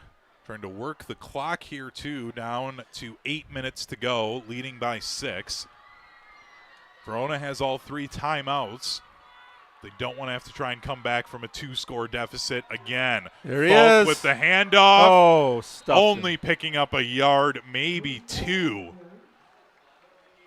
Earlier in this game, Dennis, we talked about Falk could have bounced a run to the outside, would have picked up more yards. Instead, he tried to just go straight ahead. This time, tried to bounce that run outside, ended up not gaining any yards when he maybe could have gotten it going straight ahead. Grady Miller right there, number 4, to make sure he didn't go any farther. So pick up of 0, 3rd and goal. Here's where you're going to. This is 2-play position if you're Middleton. Now you're looking at if a field goal because that would make it a 2-possession game. Power formation again for Middleton. Pasaglia in the pistol. Falk 1 yard behind him. Falk gets the handoff, lowers his shoulder, churning his legs, picks up a half a yard on 3rd down. 4th and goal from the 2. Trying to position themselves now at the middle for a field goal. The offense is staying out there, Dennis. Yeah. They're going to go for this. Because then I think worst case, if you're Middleton right here, there's 6:40 and counting. They're making a couple of substitutions. It looks like the field goal unit will now come out. They changed their minds. There's the problem. If you think, okay, you're going to force them, they get one pass play or something to get a little going. Now Verona starts moving the ball down the field. They've only had the ball, for 2 series this whole second half, and one was the interception, one was the 3 and out. We saw a low snap on the extra point earlier, and this is about the same exact spot. 19-yard field goal attempt. As Rogers wasn't able to hold on to it. A better snap. The kick is up, and it is good.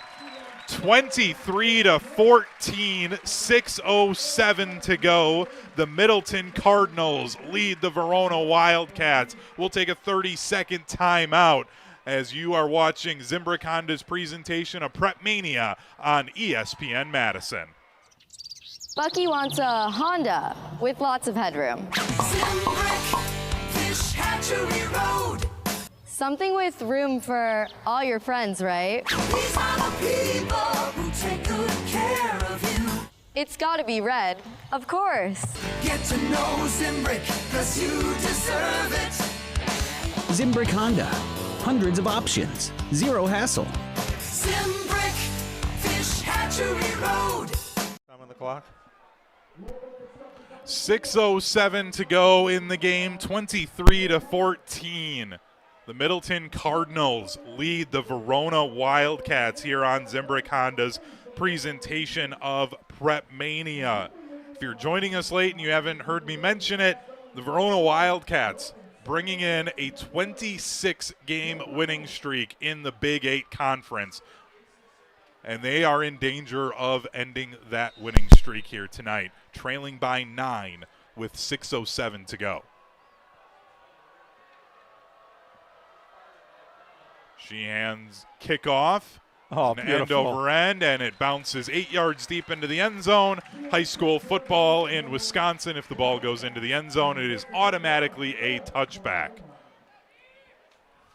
So Verona will have to try and go 80 yards. I mean, Dennis, with 6:07 to go, Verona really just needs to at least get a field goal here, get this back to a 1-score game. As much as you'd love a touchdown if you're a Wildcat fan, any points will do at this point. 2 scores, so you got to put some points up on the board here.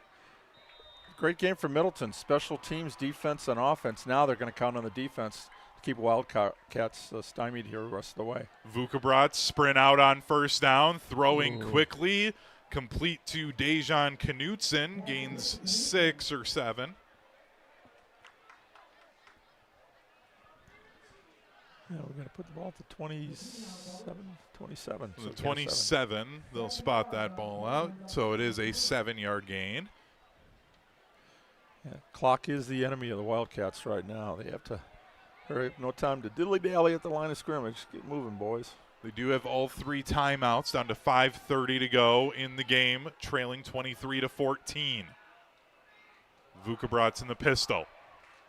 Play action. Vukobrats dropping back. Now he's got plenty of room to run. He's across the 30, makes a man miss, spins down, has enough for the 1st down, and down to the 36. Yeah, Oliver Wenning with an arm tackle to slow him up a little bit there, but a pick up a 9. Oh, Vukobrac's moving really well for whatever injury it was that he had since he had been out since week 1. Moving well and has it down to the 36, down to 5 minutes to go in the game. Vukobrac will be in the pistol, trailing by 9. Still has all 3 timeouts, but they need to get a score quickly. Play action again. Pressure coming. Throwing it up for the defender, and it is picked off again. Guess who, Dennis? Patrick Piscini again. Oh, my God, the hat trick. 3 interceptions for Patrick Piscini. He had 1 all season long, and now he has 4. What a night for Patrick Piscini. That's because he was breaking them up. Now he said, I might as well catch a few. Yeah, I got 13. I got the team lead. Now I want the team lead in interceptions. Big play. Just wrestled it away from the receiver. The official got right on it and made the call. And now Middleton can grind it out here with 4:41 to go. You want to keep the ball moving, short passes, and keep it on the ground, stay in bounds, and you can basically run out the clock on that winning streak for Verona. Pasaglia in the pistol. He'll hand it off on first down.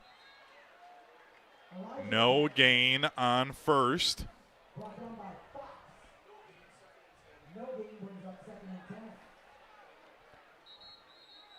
And there's an injured player from Middleton.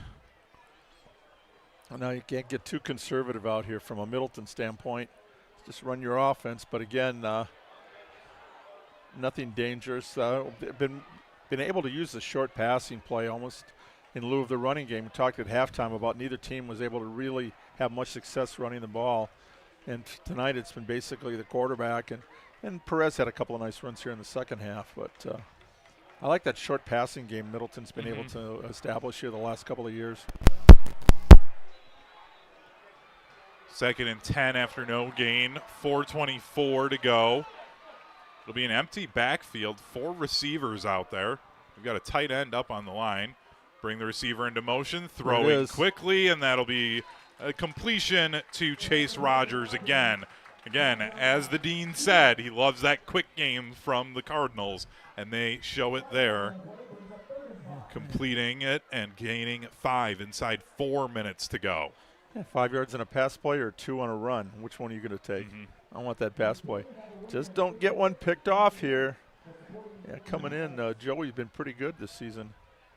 12 touchdowns, 2 interceptions coming in. Pasaglia on the offense will just let the clock wind down as much as they can, down to 3:30 to go. Verona does have all 3 timeouts. Oops. Low snap. Pasaglia looking to throw. Dancing around. Rolling to his left. Throwing on the run. Has it complete to midfield. It'll be a new set of downs. Guess who? And it is another completion to Chase Rogers. It's a 10-yard gain and moves the line of scrimmage to the 50. Down to 3 minutes to go. That forced Verona to start calling his timeouts here pretty quick.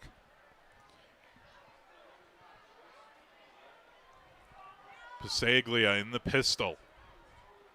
Just wants to milk the clock as much as he possibly can. Try and salt this game away. It's a handoff on first down. Elijah Jackson with the carry, a pickup of 1. It's a timeout, a Madison College timeout for Verona, their first of the second half. They have 2 remaining after that pickup of 2. The student section of Middleton giving the start the buses chant to Verona as we're down to 2:43 to go, and it's a 23-14 lead for Middleton. And Dennis, I got a text message early on in our broadcast from the voice of Bayport radio for the Bayport Pirates. Okay. Really, everyone up in that Green Bay area that are Bayport fans cheering on the Middleton Cardinals tonight because with the new playoff metric, Middleton getting these wins, they win that conference. That helps boost then the seeding for Bayport, who, because of where they're sitting right now, they're going to need that little bit of help to get a better seed when it comes to the postseason. Be interesting to see who's cheering for who down the stretch, isn't it? Yeah, just to do a little survey of, they don't like each other, they're rivals. No, but they're going to help them get in the playoffs. Hey, go for it. Yep. I love it.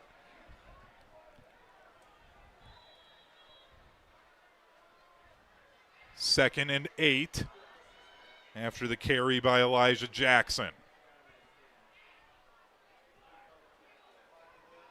It's another handoff to Jackson. Oh, he starts baby, to the there he left, goes. cuts it upfield, has another first down, spinning down inside the 35 to the 34. A 16-yard gain for Elijah Jackson, and it's another timeout for Verona.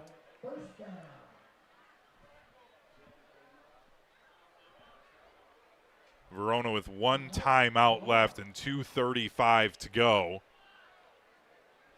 They've got to try and force a fumble here, Dennis, within the next play or two if they want to have a chance. 3 turnovers in the game, 3 interceptions, all for Mr. Bassini. Big man on campus. It's a week after homecoming, but you can count it. Right? And on senior night, Dennis, can't be better. I want to point out as well, one of the keys again for Verona, their number one key coming into tonight, don't beat ourselves. Penalties and the 3 interceptions. Yep, the penalties and those 3 interceptions really beating themselves tonight for the Verona Wildcats. And that's why they trail by 9, 23-14, 2:35 to go in the game. Wildcats with one timeout left. They have a 1st and 10 at the 34. Yeah, Middleton can run this out with one more first down. Pasaglia, play action, throws off to the far side. Sheehan breaks a tackle. There's a flag thrown. He's got a gain of 11. But there is a flag that's back behind the line of scrimmage on that far sideline. I believe this will be a hold going against the Middleton Cardinals. Yep, they're coming back. Sheehan, nice catch over there, going to the tight end. Sheehan with the 19-yard field goal to make this a 2-possession game. Middleton's last possession. So a lot of heroes tonight for the Cardinals. You look across the board. Offensive line gave Bassini some time. Falk doing double duty at defensive end and running back.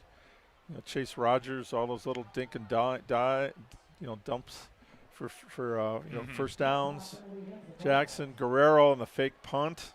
Middleton's, my Middleton's favorite line. going to be a sneaky team. My favorite They're line, frisky. the A-team. I love it when a plan comes together, and Middleton's offensive, defensive plans tonight came together. Yeah, this Middleton squad, they're going to be frisky come the postseason, Dennis. Five wins in a row. Maybe we'll get some votes here in our ESPN Madison Large School poll next week. Yeah, that would be definitely an interesting one. Might have to send out an email to our voters to let them know, hey, this Middleton team, even though there's a handoff here to Folk, and he gets back to the original line of scrimmage. Pickup of 10 for Reed Folk. I was going to say, this Middleton team, even though I know a certain reporter in the Madison area might have said that Madison football is down this year compared to past years, Middleton might have something to say about that. Not going to out that person, but I may have taken that a little personally, being a big fan of Madison area high school football. Well, it wasn't me, so you can't out me. No, I'd just bring it up to you on the air. I mean, I'd confront you face to face then. The other person I'll be passive-aggressive towards about it. So it was actually a pickup of 11 for a 2nd and 9. And the last time out for Verona. That is the last timeout. Again, timeouts this year on PrepMania, brought to you by Madison College. Verona uses their last timeout.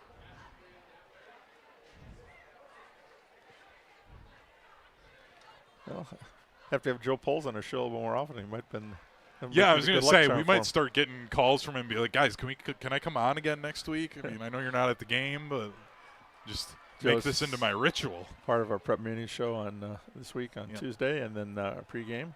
Zimbrick Honda's PrepMania Weekly. You can see that on the ESPN Madison YouTube channel. It's a handoff on second down. It is also on the radio. Well, that's right. We've rebranded it PrepMania Weekly now. Yes, PrepMania Weekly is the show. It'll be on Monday night from 7 to 9 p.m. this Monday after the Barry Alvarez show. So this Monday, after the Packers just put a shellacking on the Dallas Cowboys — I'm a Dallas Cowboys fan, by the way, and I already know what's going to happen to me — you can get 12 hours of coverage across ESPN Madison from Wilde and Tausch starting at 9 until noon. Mr. Irrelevant from 12:30 until about 1:30. And then you'll have KBN from 2 to 4, Jim, Matt, and Molly 4 to 6, the Barry Alvarez show 6 to 7, and then PrepMania Weekly to finish off your night from 7 to 9. Do I get to talk about the Packers too? I won't do that to you. Not this week. I won't. We'll do talk that next to week. You. Bisaglia rolling out, throwing baby. it deep. Open. He's got Rodgers in the end zone. Chase Rodgers hammering it home with the touchdown. The Middleton Cardinals leave no doubt. 31-yard pass play. Joey Bisaglia's first touchdown of the night.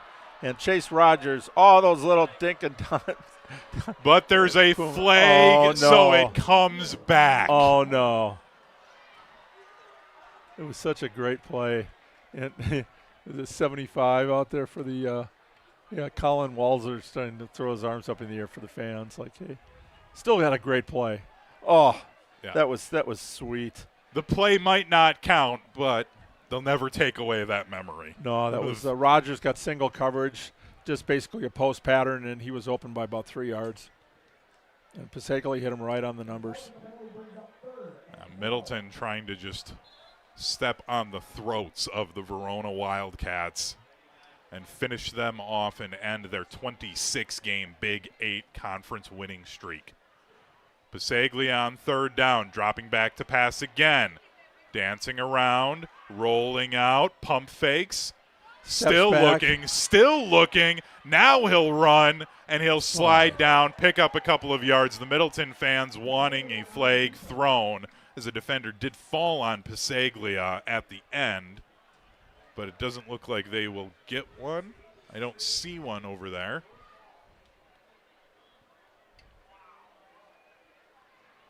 Gain of a couple of yards. Bisaglia able to keep the clock running as we're down to 40 seconds. And it's 4th and 10. I don't think they'll be able to completely run the clock out without running one last play. So I think Bisaglia will just — they'll take the delay of game potentially here. Yep. And they are going to just take the delay of game and then run one more play before they finish things off. So Middleton will take the timeout before taking the delay of game and running their 4th down play.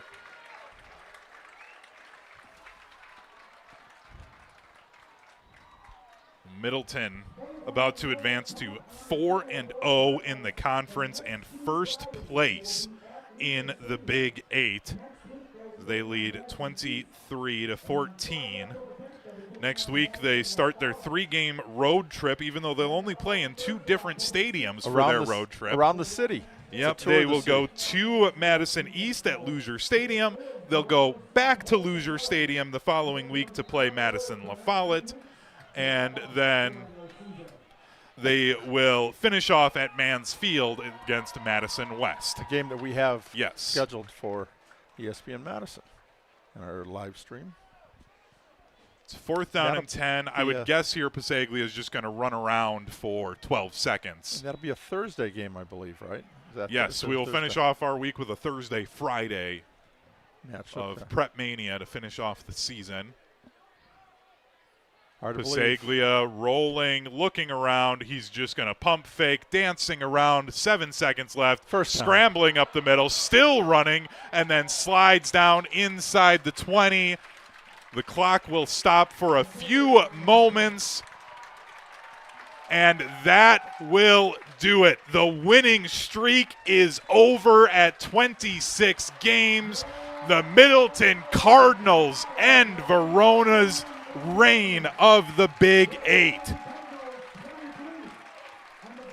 23-14, the Middleton Cardinals finally end the Verona Wildcats' Big Eight conference winning streak. And ironically, both teams have to go through Madison West yet. West might have a say. If Verona beats West and West beats Middleton, we end up with a tie for first place. There is still that possibility for the Verona Wildcats. 26-game conference winning streak. Andrew Riley's 4th year as a head coach in Verona is his first conference loss. The Wildcats came back after that 14-0 deficit to start out with. Got back in the game, but again, too many penalties and the 3 interceptions by Patrick Bassini sealed the deal.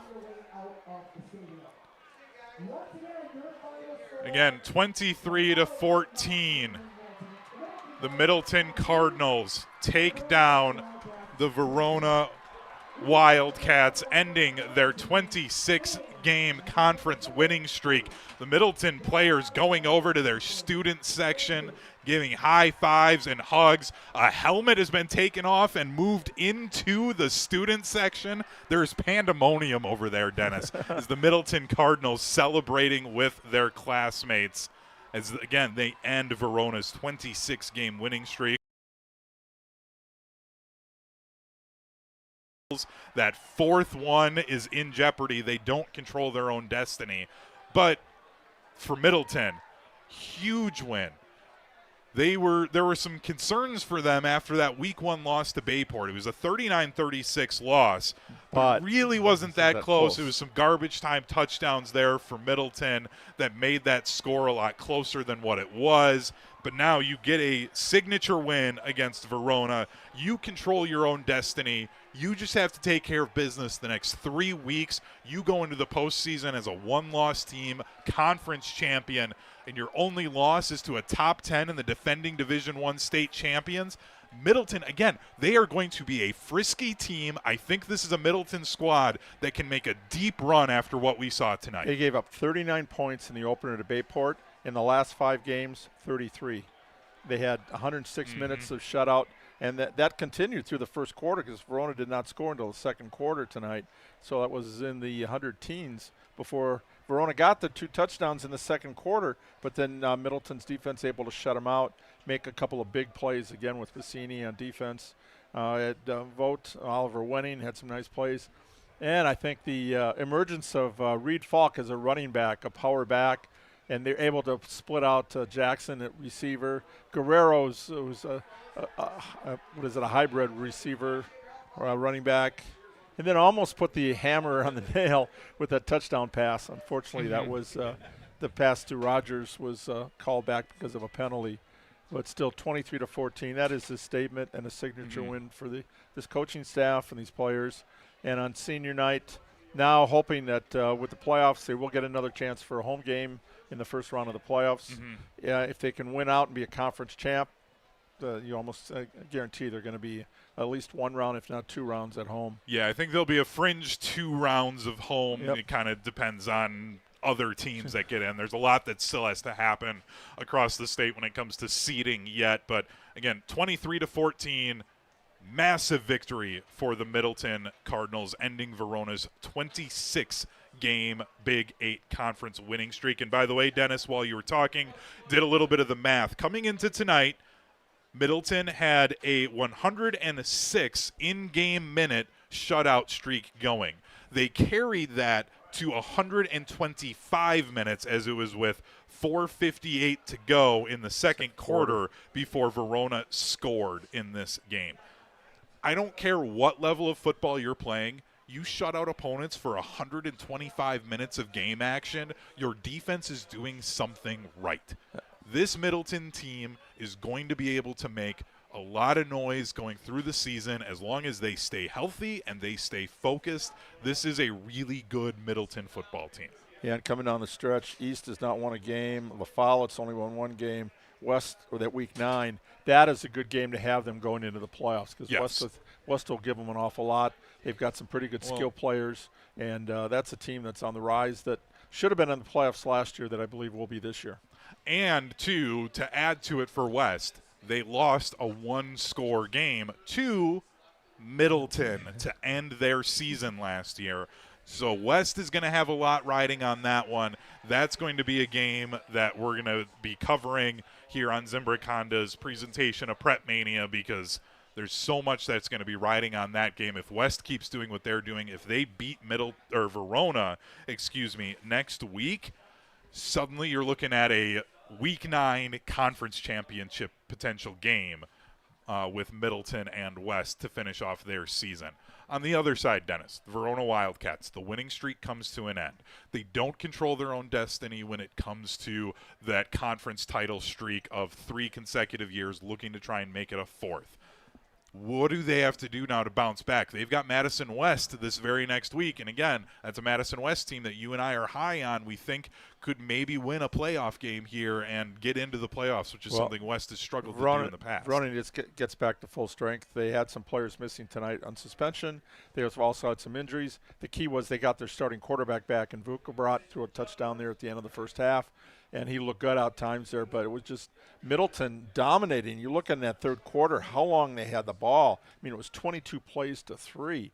They just did not give Verona a chance. And then now you're playing from behind 2 scores. Awful hard to pick it up. So it was just a great all-around. And when you look at a team win, special teams, the fake punt was huge. The defense, the 3 interceptions, making some big plays on offense. Again, getting Reed Falk in that backfield. Now they've given opponents something else to look at. I'm just a big fan of wrestlers in football and vice versa. Those sports are so compatible. And I saw it last night with Eli Meyer for Mount Horeb Barneville with an 80-yard touchdown run. You got to see that one on YouTube. That was tremendous. He said, how many tackles did he break? Every one. He went through 4. He had 4 different times. So, again, wrestlers. And tonight we saw that with Falk. They really, fall forward too. So many guys. You just tell you. My wife always says that. Why don't you just fall forward? You pick up a couple of yards. And Falk really, I thought, gave them a little bit more in that backfield. Paseglia was just a great engineer tonight. Really on those short passes plays, and then he went up top when he had to. But you watch him scrambling out there, and how many times he got out of trouble and was able to make some throws off the back foot, going to his left, throwing to his right. It just, again, that loss, sometimes a loss early, and playing a tough team like a Bayport, who we expect to be at Camp Randall possibly. I mean, defending state champs, you'd like to think they got another big run in them. So, and again, that win, actually, the losses don't really matter. But for Bayport, I mean, this win was big for them because it's the secondary points, the wins that your opponents have. Besides the wins that you have. It all counts into that matrix. And we'll be talking about that on our PrepMania weekly show here coming up here now as we're going down to the last 3 weeks of the regular season. So you're telling me I should actually fully read up on exactly how it works? I know that they have the matrix and that things are weighted differently now, Dennis. Yes, we can. I haven't done my we can take a look and see some of the teams that are listed there and how the city might break up. And a good guy to get on would be Chris Graverson, the Wanakee coach. We spent an hour on the phone the other day. He was really into it. And then Jesse Norris, who was part of getting it done. So we've got some local people that we'll bring onto the show so we can kind of dive deeper into that. We're adding that, and the next year we're going to switch conferences again. Teams are going to be bouncing around. The Big 8 should be the same, but Badger, Capital, Badger Large and Small, Capital, SWAL, all these others are going to be changing. So there's always some good things going with prep football in particular. And we haven't even talked about all the other sports. Middleton's having a great season, by the way, in volleyball and soccer, cross-country teams, swim, tennis. But when you come to it, if the football team wins, that's a good weekend. And the football team won tonight. They did. 23-14, the Middleton Cardinals snapping a 26-game win streak in the Big 8 conference for the Verona Wildcats. We're going to take a short break. We'll let the dean do a little bit of math and counting up of some final stats. Plus, we'll have to name our Pizza Hut player of the game. All of that coming up next here on Zimbrick Honda's presentation of PrepMania. Is your home ready for a makeover? At Wanakee Remodeling, we specialize in exterior transformations that turn heads. New siding, flawless decks, and windows that shine. Our team delivers top quality craftsmanship with unbeatable warranties, ensuring your home stands strong and stunning for years to come. Call Wanakee Remodeling today at 608-442-0034 or visit WanakeeRemodeling.com. Schedule your free estimate and let us bring your vision to life. Wanakee Remodeling, building beauty that lasts.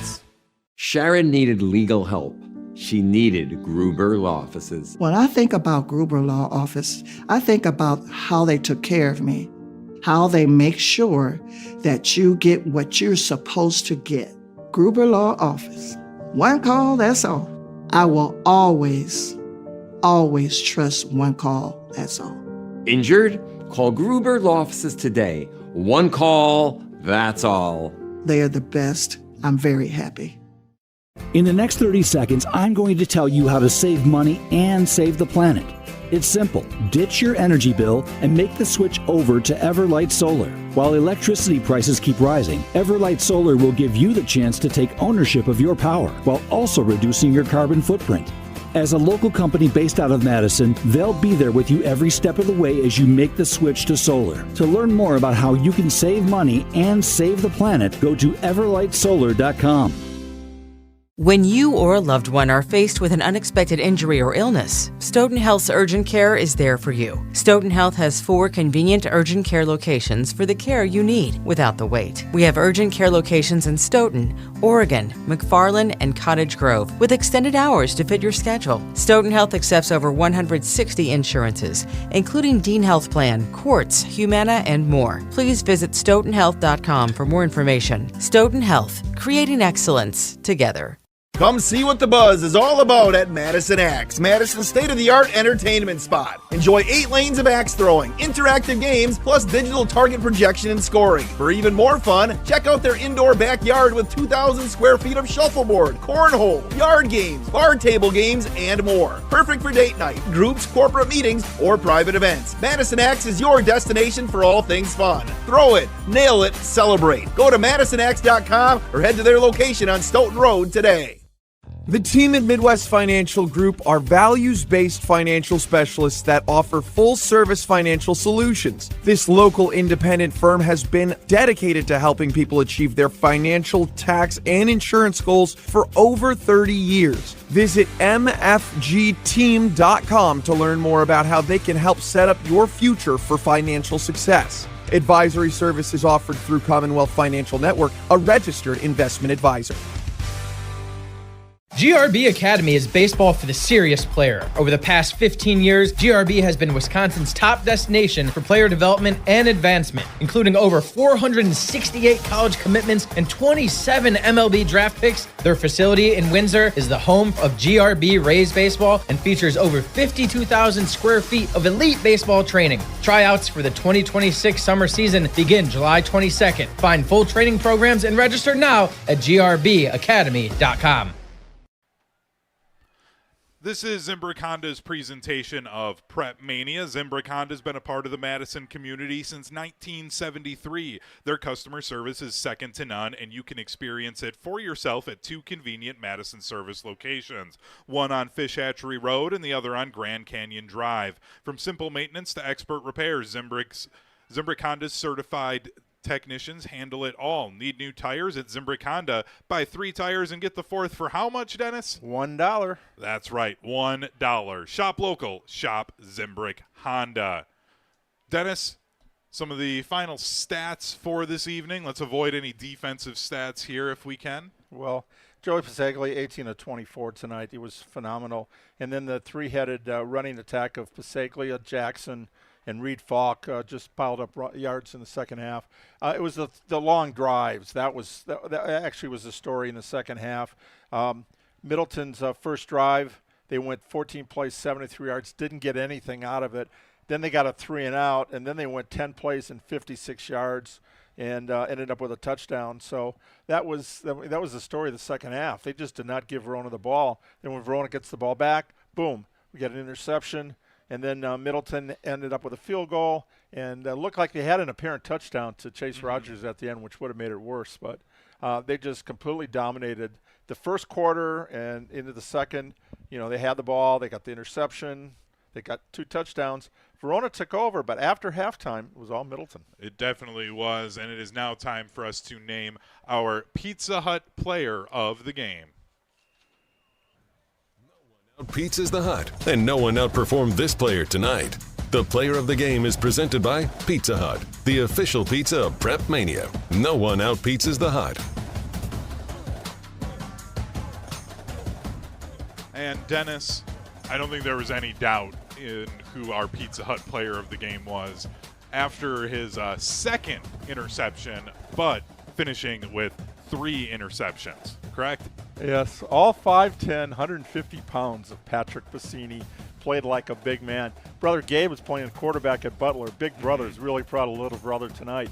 3 interceptions, the first one 32 yards for the touchdown. Gave Middleton the lead just 48 seconds into the game. It was they never lost. Well, it was tied, but Verona never had the lead. Middleton had struck first blood. Then he ends up with a 48-yard interception, which set up the field goal that gave him this 2-score margin. And then 1 more interception to wrap it up. So 3 interceptions, 80 yards in returns, 1 touchdown. And Patrick Piscini came in with 13 breakups and 1 interception. He had a couple of breakups tonight, but I think he said, okay, I'll lead the team by far. I want some picks. And that's nothing better than a pick 6. Exactly. 3 interceptions for Patrick Piscini, the senior on senior night, our Pizza Hut player of the game. And introducing Pizza Hut's new handcrafted personal flats pizzas. Enjoy bold recipes like Nashville hot chicken, pepperoni duo, 3 cheese, ultimate, and chicken bacon ranch. $5 each all day long. Order online at pizzahut.com. Pizza Hut, the official pizza of PrepMania. No one out-pizzas the Hut. Patrick Piscini, our Pizza Hut player of the game with 3 interceptions, came into tonight with 1 interception that he got last week in Middleton's victory over Janesville Parker, and now he's got 4 interceptions over the last 2 games for the Middleton Cardinals. 23-14, our final score here on Zimbrick Honda's presentation of PrepMania. I'm Hunter Vaughn, with me the Dean of Area High School Sports, Dennis Sumrow. Dennis, just one final thought here on this great rivalry game tonight. Well, Verona's been the big dogs of the conference now for 3 years, but Middleton says, it's our turn. Time for the Cardinals. It's been almost a decade since they won a conference championship, and now that's what they got to set their sights on. But one game at a time. Madison East, through 6 weeks, has not scored a single point. But you do not want to overlook anybody in this conference. They've got La Follette and they've got West coming up, so it's a tour of the city. They could go 3-0 and end up with an 8-1 and a high seed. That's pretty much what the plan is. But right now they turn their attention to going over to Leisure for the next 2 weeks. So across town, don't have to go too far for the fans. So I'm sure they'll like that. Back-to-back road games coming up for the Middleton Cardinals, as again they'll play in the same stadium, but 2 different road games against Madison East and Madison La Follette. That does it for us here from Otto Breitenbach Stadium in Middleton, where the Cardinals take down their rivals in the Big 8 23-14 over the Verona Wildcats. Thank you so much to our video producer Owen Dimful this evening, as well as to the Dean of Area High School Sports, Dennis Sumrow. I am Hunter Vaughn. This has been Zimbrick Honda's presentation of PrepMania on ESPN Madison.